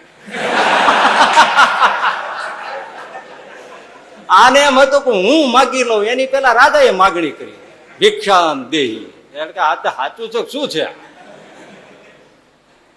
મહારાજ આ તો કા ભિક્ષા દેહી, બીજું હું કઈ સાંભળવા માંગતો નથી. હવે જેને કોઈ દી દીધું ન હોય ને દઈ ના શકે, એનો હાથ વળે નહીં.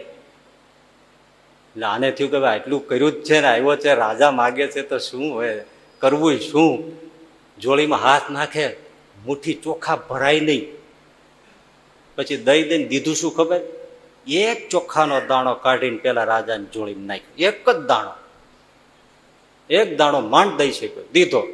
રાજા ત્યાંથી લઈને ચાલતો થઈ અને કીધું તો એક જ વાર ભિક્ષા માગવાની, જે મળે એ જમીન દાડો કાઢવાનો 24 કલાકનો. ગયા, એક ચોખાનો દાણો જમી, વાત પૂરી કરી. ભિખારી ઘરે ગયો. ઘરે જઈને ક્રોધમાં, આવેશમાં એક દાણો દીધો એની વસવસામાં, અને રાજાએ મને કાંઈ આપ્યું નહીં, મારે આપવું પડ્યું, આવો દાડો નીકળ્યો એમ જાણીને ક્રોધમાં એની પત્ની આગળ જોડીનો ઘા કર્યો કે આ કોણ જાણે કેવો છે દેશને, કેવી છે રાજા, કે આજ તો રાજા મળ્યો ને મને મળવાનું હોય એની જગ્યાએ મારી પાસે ભીખ માગી. આ જમાનો કેવો આવી ગયો, હળાહળ કળુબ. પછી શું થયું? એની ઘરવાળી કે શું થાય કે મેં તો પછી એક ચોખાનો દાણો દીધો, હશે જે હોય એટલું થઈ ગયું ને, નાખો ને, લાવો આમાં ઠલવો. એ જોડી ઠલવી, બધા દાણા ચોખાના હતા પણ એક ચોખાનો દાણો સોનાનો નીકળ્યો. ત્યારે ઓલા માથું કૂટ્યું, જો આમ જ હતું તો ચોખાના 2 ખોબા આપી દીધા હોત તો 2 ખોબા ચોખા સોનાના થઈ જાય. એમ રાજા ધીરાજ ભગવાન માગે છે પણ આપણને સુવર્ણ ના કરવા. દેવચંદ બાપા, હું કાંઈ જાણું નહીં, મને તમે મારો ભાગ આપો. દેવચંદ બાપા કે મહારાજ તમે ઉઘરાણીએ નીકળતા લાગો છો. સારું મહારાજ, હું કાઢીશ. ભલે. અદૃશ્ય થઈ ગયા. વાહ! દેવચંદ બાપા વિચારે છે કે મેં બીજું તો શું કર્યું સાધનો, પણ એક દશાંશ વિશાંત ચોખ્ખો મારી કસોટી ઉપર મેં કાઢ્યો, તોય અડધી રાતે મારો પ્રભુ દર્શન દેવા આવ્યો. આ આજ્ઞાનો પ્રતાપ છે, એનું માનવાનો પ્રતાપ છે. વળી પાછો એ જે મળે એમાંથી વિશાંત દશાંત કાઢવા મળે. પણ ભાઈ પરિવાર પીડાવા મળે ત્યારે વળી પાછું એમ થઈ ગયું કે ભલે મહારાજ કહી ગયા પણ આપણે હવે આપી શકીએ એમ બંધ કર્યું. પાછું 6 મહિના આપ્યું છે પણ પછી થયું કે હવે આ પરિવારને કેવી રીતે સમજાવવું, એટલે બંધ કરી દીધું. એ મહિનો જેવો થયો સામે આવીને મારા હાથમાં લાકડી રાજા ધીરાજો. દેવચંદ બાપા કે જય સ્વામિનારાયણ પ્રભુ, ઉઘરાણી આવ્યા તો હા, કેમ મારો ભાગ કાઢતા નથી? અરે મહારાજ હવે રાજી થાવ, મારી પાસે નીકળે એવું છે નહીં.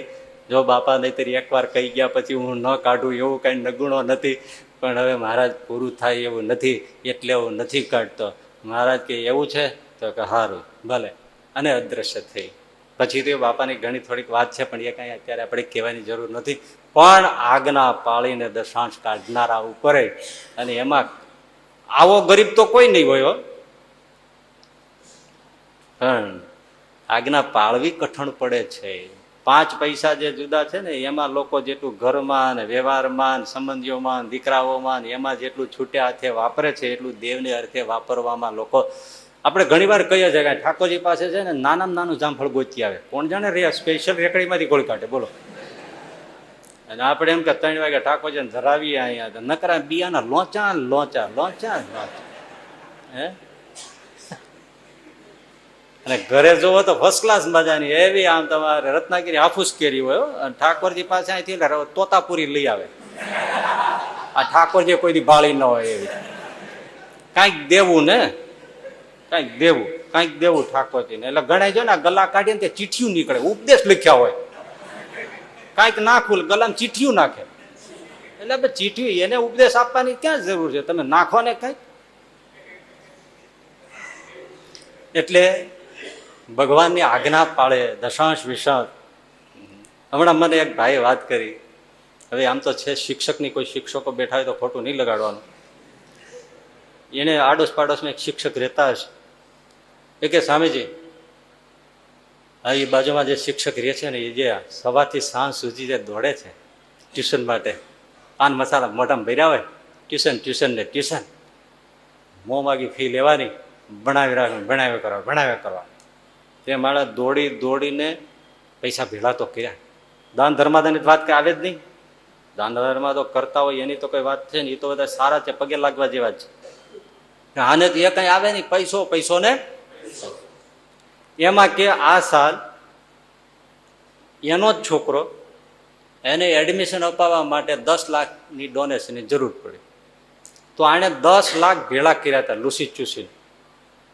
એ 10 લાખ એને ડોનેશનમાં આપી દીધા. થઈ ગયું જીરો, પૂરો થઈ ગયું નીલ.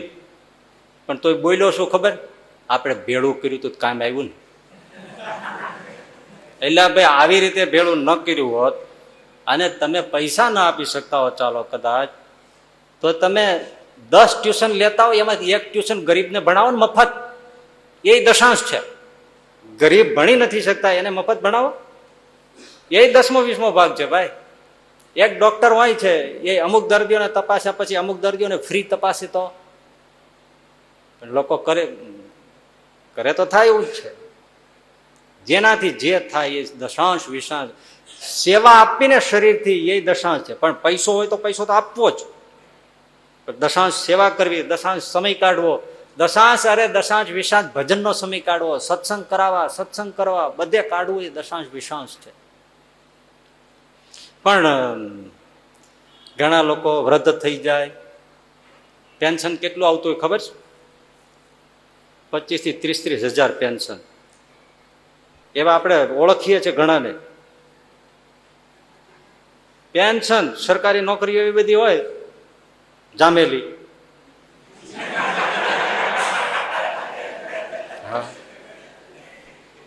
આપણે પૂછીએ તો આપણને ચક્કર આવી જાય. પેન્શન આપણને બહુ એમ થાય 5,000, 7,000, 8,000, 10,000, બહુ તો 12,000, અરે 15,000 પેન્શન આવે, બહુ કેટલું કાપે? ના ના 30,000. ઓહો 30,000 પેન્શન તો હા. છોકરા બધા ધંધે ધાપે ચડી ગયા. શું કમાય? પેલો છોકરો છે મહિને 80,000 કમાય, બીજો છે 2 લાખ કમાય. હા, જુદા રે ના, બધા ભેળા રહીએ છે. બહુ તમારે પાછા 30,000 પેન્શન. હા, મહિનાની કેટલી આવક?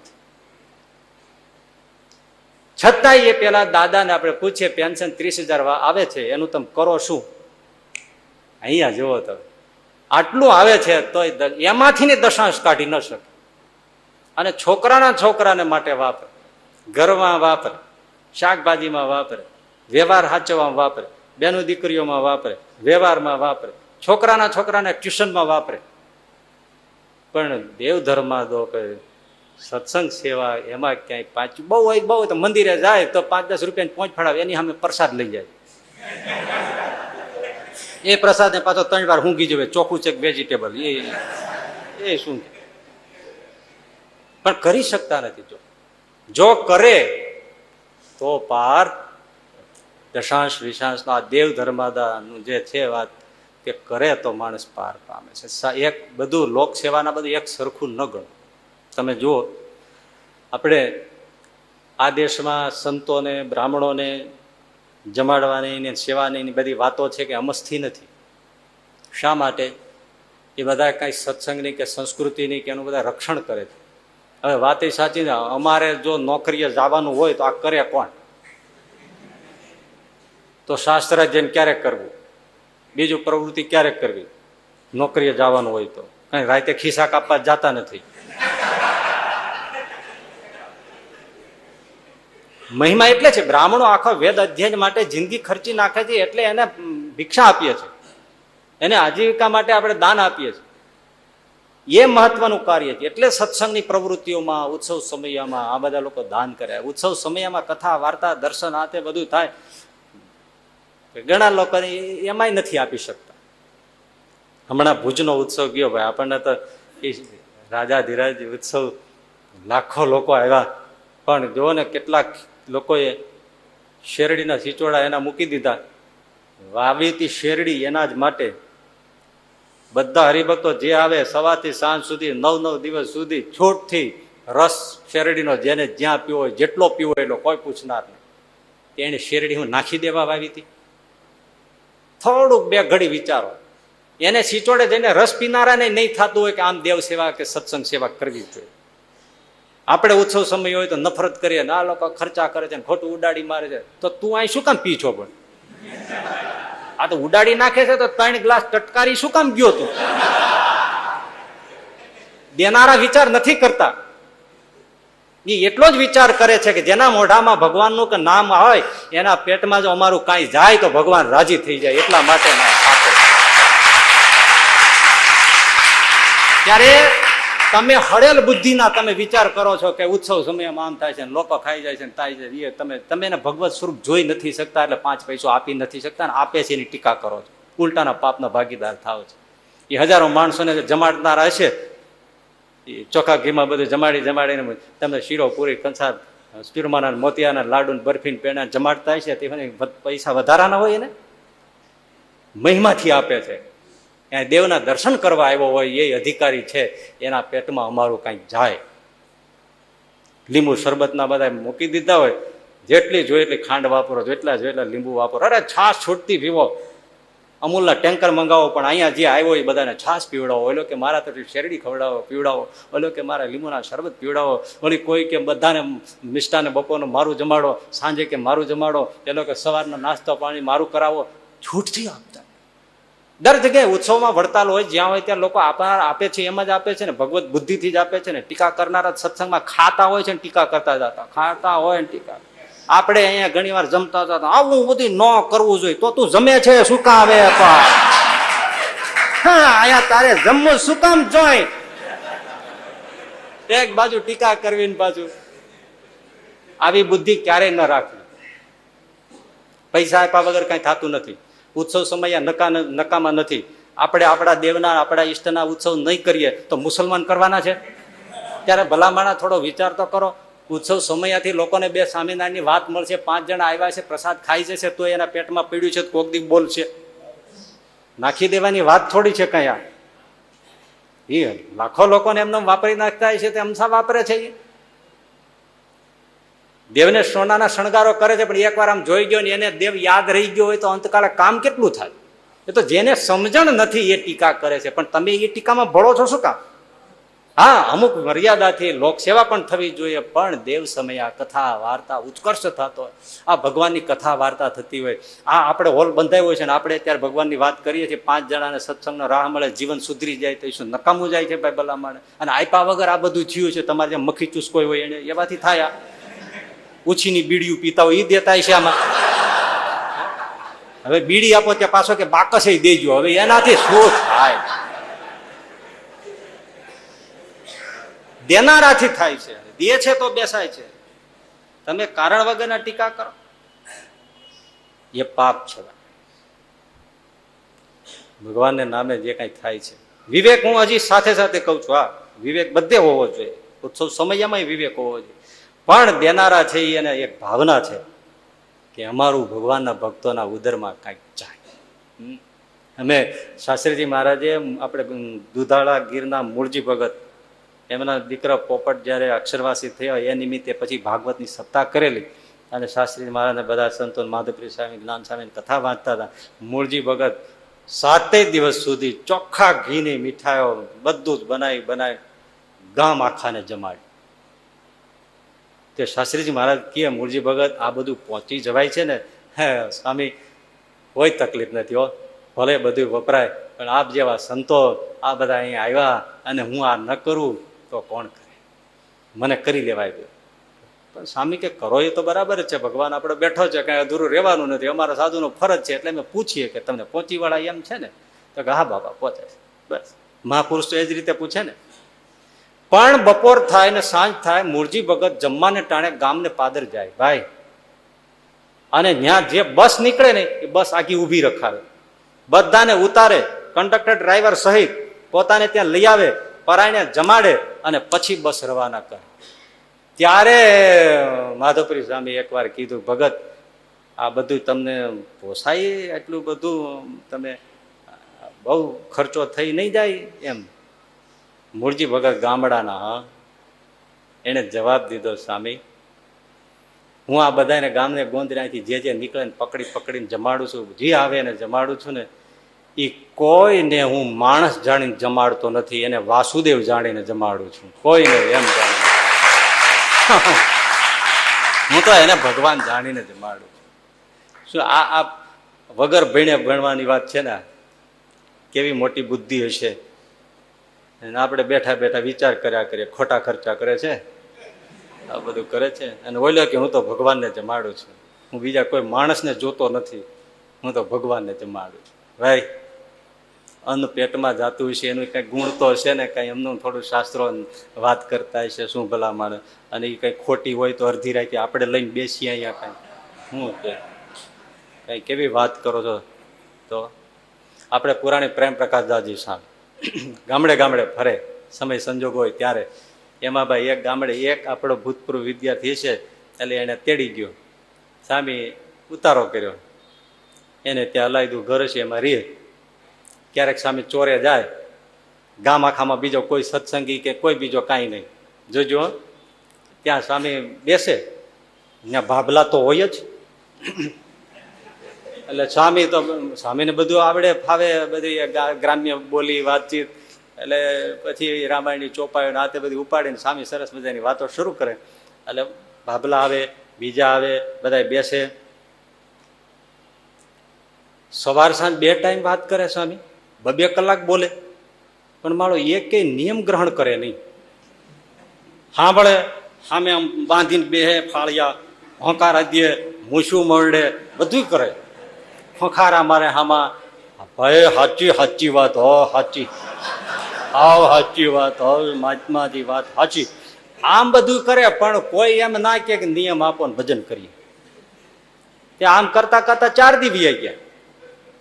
ઓલો આપણો ભૂતપૂર્વ વિદ્યાર્થી કે સ્વામી મા બાપ કે મેં તો ધાર્યું હતું કે તમે વાતો કરશો તો ગામમાં 2-5 જણા તો કઈક આ રસ્તે વળશે. સ્વામી કે હું વિચાર કરું છું પણ કોઈ પડતો નથી. હવે જાણજો, હાજી બનેલી વાત છે આ ભાઈ, આપને તો આ બધી કહીએ ત્યારે મહિમા આવે. પછી સ્વામી મનમાં વિચારે એ કે મારા આમાં એક કોઈ સત્સંગી થાય કે કોઈ ભગવાન ભજવાને માર્ગે જાય એવું તો નહીં થાય. પણ એને એક મનમાં જે હતો ને ભાવ એ તો આવે જ મગજમાં. 5મો દિવસ થયો, સ્વામી બેઠા છે ત્યાં. એક બાપા ફાળિયામાં કંઈક બાંધેલું આમ પાછળ નાખીને આમ આવ્યા. સ્વામી પાસે સામે બેઠા. મહાત્માજી રામ રામ. સ્વામી કે હા રામ રામ. હે સાધુ મહારાજ, અમે કાંઈ તમને દઈએ તો તમે જમો. સ્વામી કે જમવા જેવું હોય તો જમીએ. તો કે મારી વાડીએ મગફળી ગ્રાઉન્ડનટ એ મગફળી છે અને એના ઓળા મેં શેક્યા છે, તો એ હું લાવ્યો છું, તો તમે જમો. સ્વામી કે હા જમીએ. બસ એ ઓળા આપ્યા, સ્વામીએ લીધા, ત્યાંથી આવ્યા ઉતારે, ખોલી ઠાકોરજીને ધરાવ્યા. ભૂતપૂર્વ વિદ્યાર્થી બાજુ બેઠો હતો, એને સ્વામીએ કીધું છોકરા, તો હા હવે આ બાપા સત્સંગી થશે.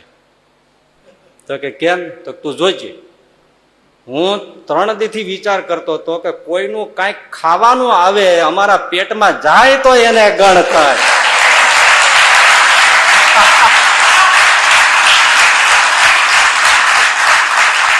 પણ મારા વાતું સાંભળે પણ કોઈ ગોળની કાંકરીએ દે નહીં તો એને કેમ બુદ્ધિ ફરે? આજ આ બાપો લઈ આવ્યો છે, તું જોજે. સાધુના પેટમાં અન્ન જાય કોઈ દી પાછું પડતું નથી. અને ભાઈ સંતોએ ઓળા ફોલીને ઠાકોરજીને ધરાવ્યા. જીમાં સાંજ પડી ગઈ, ભાભો રાતે હૂતો, સવારે જાગ્યો અને વિચાર કરે કે આપણે આ મહાત્માની પાસે જઈને કંઠી બંઠી પહેરીએ તો ઠીક હો.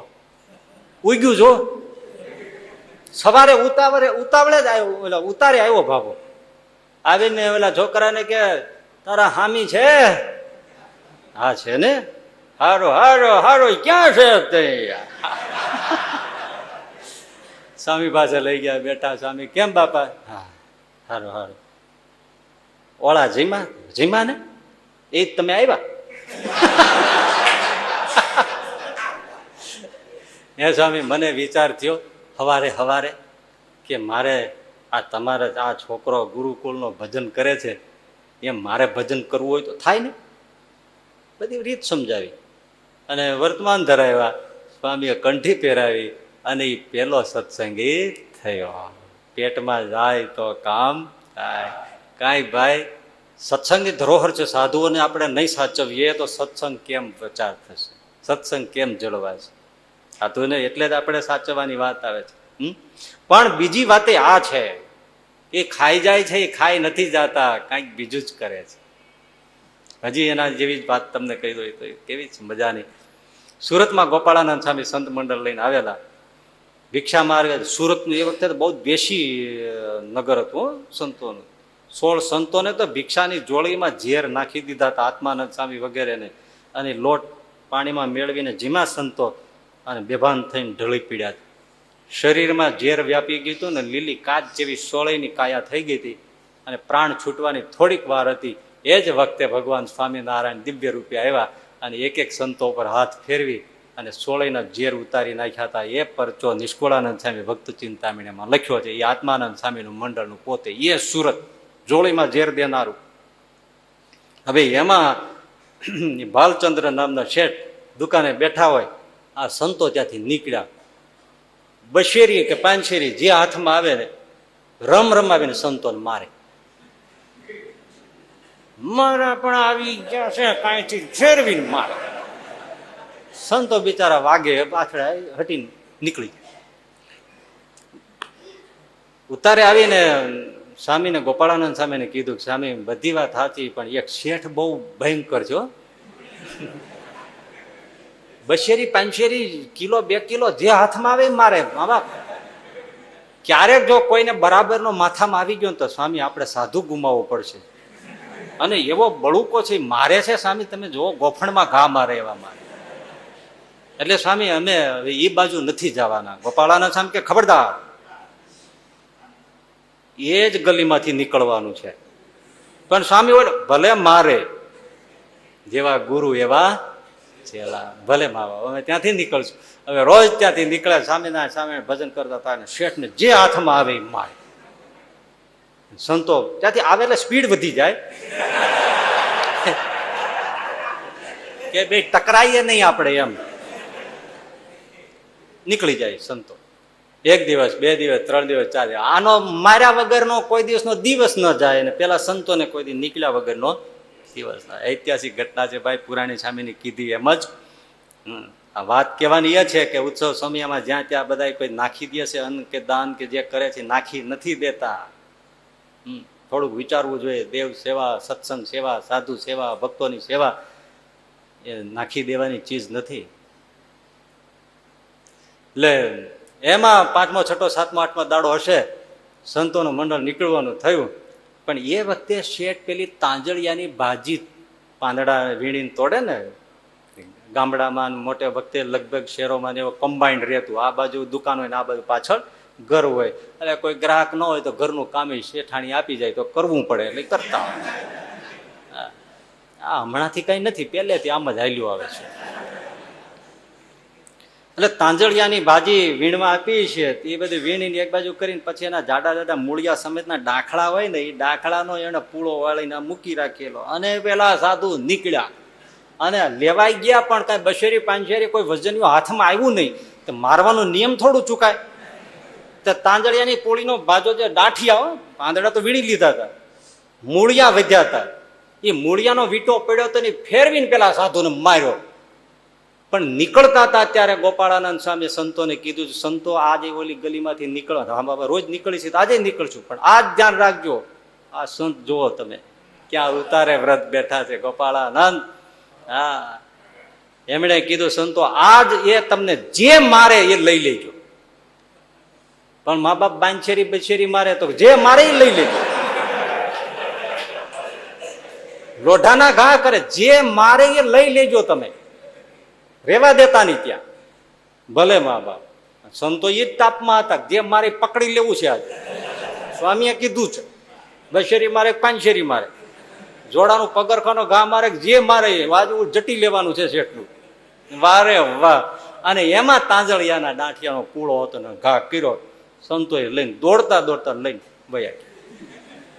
થોડો ઘણો લોટ ભિક્ષામાં બીજેથી મેળવે લઈને સ્વામી પાસે આવ્યા. સ્વામીએ પેલું પૂછ્યું, સાધુઓ હા પેલા શેઠે અરે સ્વામી આજ તો તાંજળિયા ડીટિયા વિધ્યા હતા એ માર્યા લઈ લીધા. બસ હાલો એને ધોઈ નાખો, એક પથરા ઉપર મૂકો, બીજો પથરો લાવો, લસોટીને એને ઝીણું ચટણી જેવું કરી નાખો, અને તમને જુવાર બાજરીનો જે કાંઈ ભેળસેળિયો લોટ મળ્યો છે એ લોટમાં એને નાખો, ગાળીને પાણી નાખો, એના વાળો પીંડા બધાય ઠાકોરજીની આગળ મૂકો, અર્પણ કરો, બધાય સંતો જમો જાઓ. એ તાંજળિયાના ડીટિયા ચોળીને જમાડ્યા સંતો આવે, અને સંતના પેટમાં એના તાંજળિયાના ડીટિયા ગયા. એ ભાલચંદ શેઠ રાતે સૂતા મનમાં થઈ ગયું, 12 વાગ્યાનો સમય થયો છે. શેઠને એમ થઈ ગયું, અરે રે પેલા બિચારા સાધુડા 8-8 દિવસથી નીકળે છે, પાંચેરીને બેશેરીને લોઢાના ઘા કરું છું, તે એના મારા બાપનું શું બગાડ્યું છે. હું કાંઈ દેતો તો નથી, પણ મારો મારવાનો કેવો અધિકાર છે. એને મારી સામે કોઈ હાથે આમ કર્યો નથી, તો હું છૂટથી કૂતરાને મારું એમ મારું, અને છતાંય ઓલો સાધુ મને કાંઈ કહે નહીં. અને કાલ મેં તાંજળિયાના ડીંટિયા નાખ્યા, એ લઈ લીધા એને. અરે એ સાધુ હું એને ખાશે? આટલા ભૂખ્યા હશે, હું સુરતમાં મારું છું એમ બીજા મારતા હશે, ત્યારે ભૂખ્યા સાધુએ તાંજળિયાના ડીંટિયા વીણી લીધા હશે. આ ભૂખ્યા કેટલા હશે તે તાંજળિયાના મારા નાખી દીધેલા, ઢોરા ખાય એને આ સાધુડો ખાશે. હાય હાય હાય, મારા જેવો કોઈ દુષ્ટ નહીં. જોઈ લો પેટમાં ગયું હો. સવારે હવે જો સાધુ નીકળે, મારે હુંડલા ભરીને લોટ દેવા છે. ઉભા રહી ગયા ભાઈ પગથિયે બજારની આગળ. ઓલા સ્વામી ગોપાળાનંદ કે નીકળજો ત્યાંથી. મહારાજ સ્વામી પણ હવે તો બંધ કરાવો, આજ મળી ગયા તાંજળિયા, પણ આજ તો પાંચીરી તૈયાર રાખીને બેઠો. અરે સાધુ બીઓમાં જાઓ જાઓ, નીકળો નીકળો નીકળો. આવ્યા ત્યાં તો ભાઈ શેઠ ઉભેલા. ઓલા સાધુ કે આજ તો તૈયાર થઈને ઉભો છે. બોલો તો કામ ધંધામાં હોય ને મારતો તો આજ ખાલી ન જાય. પણ જેવા નજીક દેખાણા એટલે બાલચંદ કે એ સાધુ મહારાજ અહીંયા આવો અહીંયા આવો. સાધુ કે જાવું કે નહીં? એમાંય હોય ને મોટા સંતો, એમણે કે હાલો હાલો, એમાં હોય હાલો. શેઠ પાસે જાય એટલે સ્વામી છાત્ય જાય. હાલો આવ્યા સાધુઓ, મારા અપરાધ માફ કરજો, રોજ તમને હું મારું પીટું છું, પણ મને તાંજળિયાના ડીટિયા નાખ્યા એ તમે કાલ ખાધા હશે, ઢોર ખાઈએ તમે ખાઓ, આજ અમારે લોટ આપવો છે, લાવો. હુંડલા ભરી ભરીને જોડીમાં નાખ્યા. સંતોના 40-40, 50-50, 60-60 મંડળ રહેતા. ત્યાંથી ફરીને સ્વામી પાસે આવીને ઢગલો કર્યો, સ્વામી આજે શેઠે તો એક જ જગ્યાએ ભિક્ષાનું પૂરું કરી દીધું. કર્યું ને, આ તાંજળિયો ઉગ્યો, જો પેટમાં ગયો તાંજળિયો તો શેઠની બુદ્ધિ ફરી ભાઈ. અને બીજે દિવસે નીકળ્યા, પાકના તૈયાર લાડુ આપ્યા સંતોની ભિક્ષામાં. ગોપાળાનંદ સ્વામી પાસે મૂક્યા. ગોપાળાનંદ સ્વામી કે સંતો ઓલામાં પાણી નાખીને ગોળા કરીએ છીએ, આમાં થોડું ઘી નાખીને ગોળા કર્યા છે, અમારી આજ્ઞાએ જાઓ જમો. એ બધું જમ્યા. અને પછી ત્રીજે દિવસે નીકળ્યા ત્યારે શેઠ પગમાં પડી ગયા, મને તમારે આશરે લઈ. ગોપાળાનંદ સ્વામી પાસે લાવ્યા. એ બાલચંદ્ર શેઠે કંઠી પહેરી, એ સત્સંગી થયા. અને એનું વચનામૃત મધ્યમાં 58 કે 59 છે ને કે 51, એમાં શ્રીજી મહારાજે નામ લીધું કે નિષ્ઠા ભગવાનનો નિશ્ચય હોવો જોઈએ. કેવો? તો સુરતના બાલચંદ્ર શેઠ જેવો, આવો શેઠ છે. એટલે ભાઈ કાંઈ આ ઉત્સવ સમય સાધુ સંતોની સેવામાં, ભગવાનની સેવામાં, દેવ સેવામાં બધા દશાંશ વિશાંશ નાખી દે, બીજો ધર્માદો આપતા હોય એ નાખી દેતા નથી. આ તો પરમ પદ પામવાની વાત છે. મધ્યના 62માં વચનામૃતમાં શ્રીજી મહારાજે કીધું છે, સાંભળજો. રઘુવીરજી મહારાજે પ્રશ્ન પૂછ્યો. હા, એમણે પ્રશ્ન પૂછ્યો, સીધો ક્લિયર કટ વાત ને સીધો જવાબ. મહારાજ આ જીવનો મોક્ષ કઈ રીતે થાય? રઘુવીરજી મહારાજે જોઈએ છે ને મોક્ષની વાત તો કોને, તો સીધો જ રઘુવીરજી મહારાજે પ્રશ્ન પૂછ્યો કે મહારાજ આ જીવનો મોક્ષ કઈ રીતે થાય? મહારાજ કે પોતાનું જેને મોક્ષ જોઈતો હોય, જેને પોતાનું કલ્યાણ જોઈતું હોય, એને પોતાનું દેહ, ધન, ધામ, કુટુંબ, પરિવાર સર્વેને ભગવાનની સેવામાં જોડી દેવા. સાંભળજો, એ સહેલું છે, હજી સહેલું છે. પોતાનો દેહ, ધન, ધામ, કુટુંબ, પરિવાર તે સર્વેને ભગવાનની સેવામાં જોડી દેવા અને ભગવાનની સેવામાં જે કામ ન આવે એ પદાર્થોનો ત્યાગ કરો. આવી રીતે જે ભગવત પરાયણ વર્તે અને ગ્રહસ્થ હોય તો પણ મરે ત્યારે નારદ સંકાદિકની પંક્તિમાં ભળે અને પરમ મોક્ષ પદને પામે. વારે આટલું કરો. પણ થોડુંક કઠણ પણ છે. આપણે 12 પટોળીના કાળુ વાવડિયા, લોમા વાવડિયા ભટ્ટવદર મહારાજ દાદા ખાચરને પરણાવા આવ્યા અને વળતું જાન જવાની હતી અને 12 પટોળી ઉભા રહેવાનું મહારાજને કીધેલું. ઉભા તો ન રહી શક્યા, પણ એના ભાઈને આગળથી કાળુ વાવડિયા મોકલ્યા. એ લોમા વાવડિયા આવી ગયા, મહારાજને આગળ રોક્યા, બળદના ચોકડા પકડી લીધા, મોરડા. મહારાજ અહીંયા રહેવાનું કીધું છે મારા મોટા ભાઈએ. મહારાજ કે ઉતાવળ છે પણ મહારાજ કાંઈક ગ્રહણ કરો. તો ગ્રહણોમાં એવું, આ બળદને વાટ મોટી, મુસાફરી જાજી, એ ગોળ આપો તો ગોળ ખવડાવીને પાણી પીવડાવી દે અવેડે, એટલે જાન પહોંચી જાય જલ્દી દાદાના દરબારમાં. લોમા વાવડિયાનો થઈ ગયો કે ગોળ તો હોનાની વીટી જેવો આખો પટારો ભર્યો છે, પણ કઈ બળદને ખવડાવી દેવાનો? સાધુ માટે માગ્યો હોય તો આ ગડે ગાડા ભરી દે. એટલે કીધું મહારાજ ગોળ તો નથી, કઈ વાંધો. નીકળી ગયા મહારાજ. અને કાળુ વાવડિયા ભટ્ટવદર એને માથે જવાબદારી હતી બધી, એટલે બધું સંકેલીને આવ્યા. લોમો એકદમ એટલો ગામને ગોંદરે ઉભો હતો. એલા ભાઈ, મહારાજને રોક્યા નહીં? તો કે ના રહ્યા. પણ કાંઈકમાં શું એમને ભાઈ ગોળ માગ્યો તે દીધો? ના, મેં તો કીધું એને બળદ માટે માગ્યો એટલે મેં કીધું કે ગોળ તો નથી. અરા રા રા રા રા રા. એલા માગનાર કોણ હતું એ તો જોવું તું. માગનાર કોણ હતો?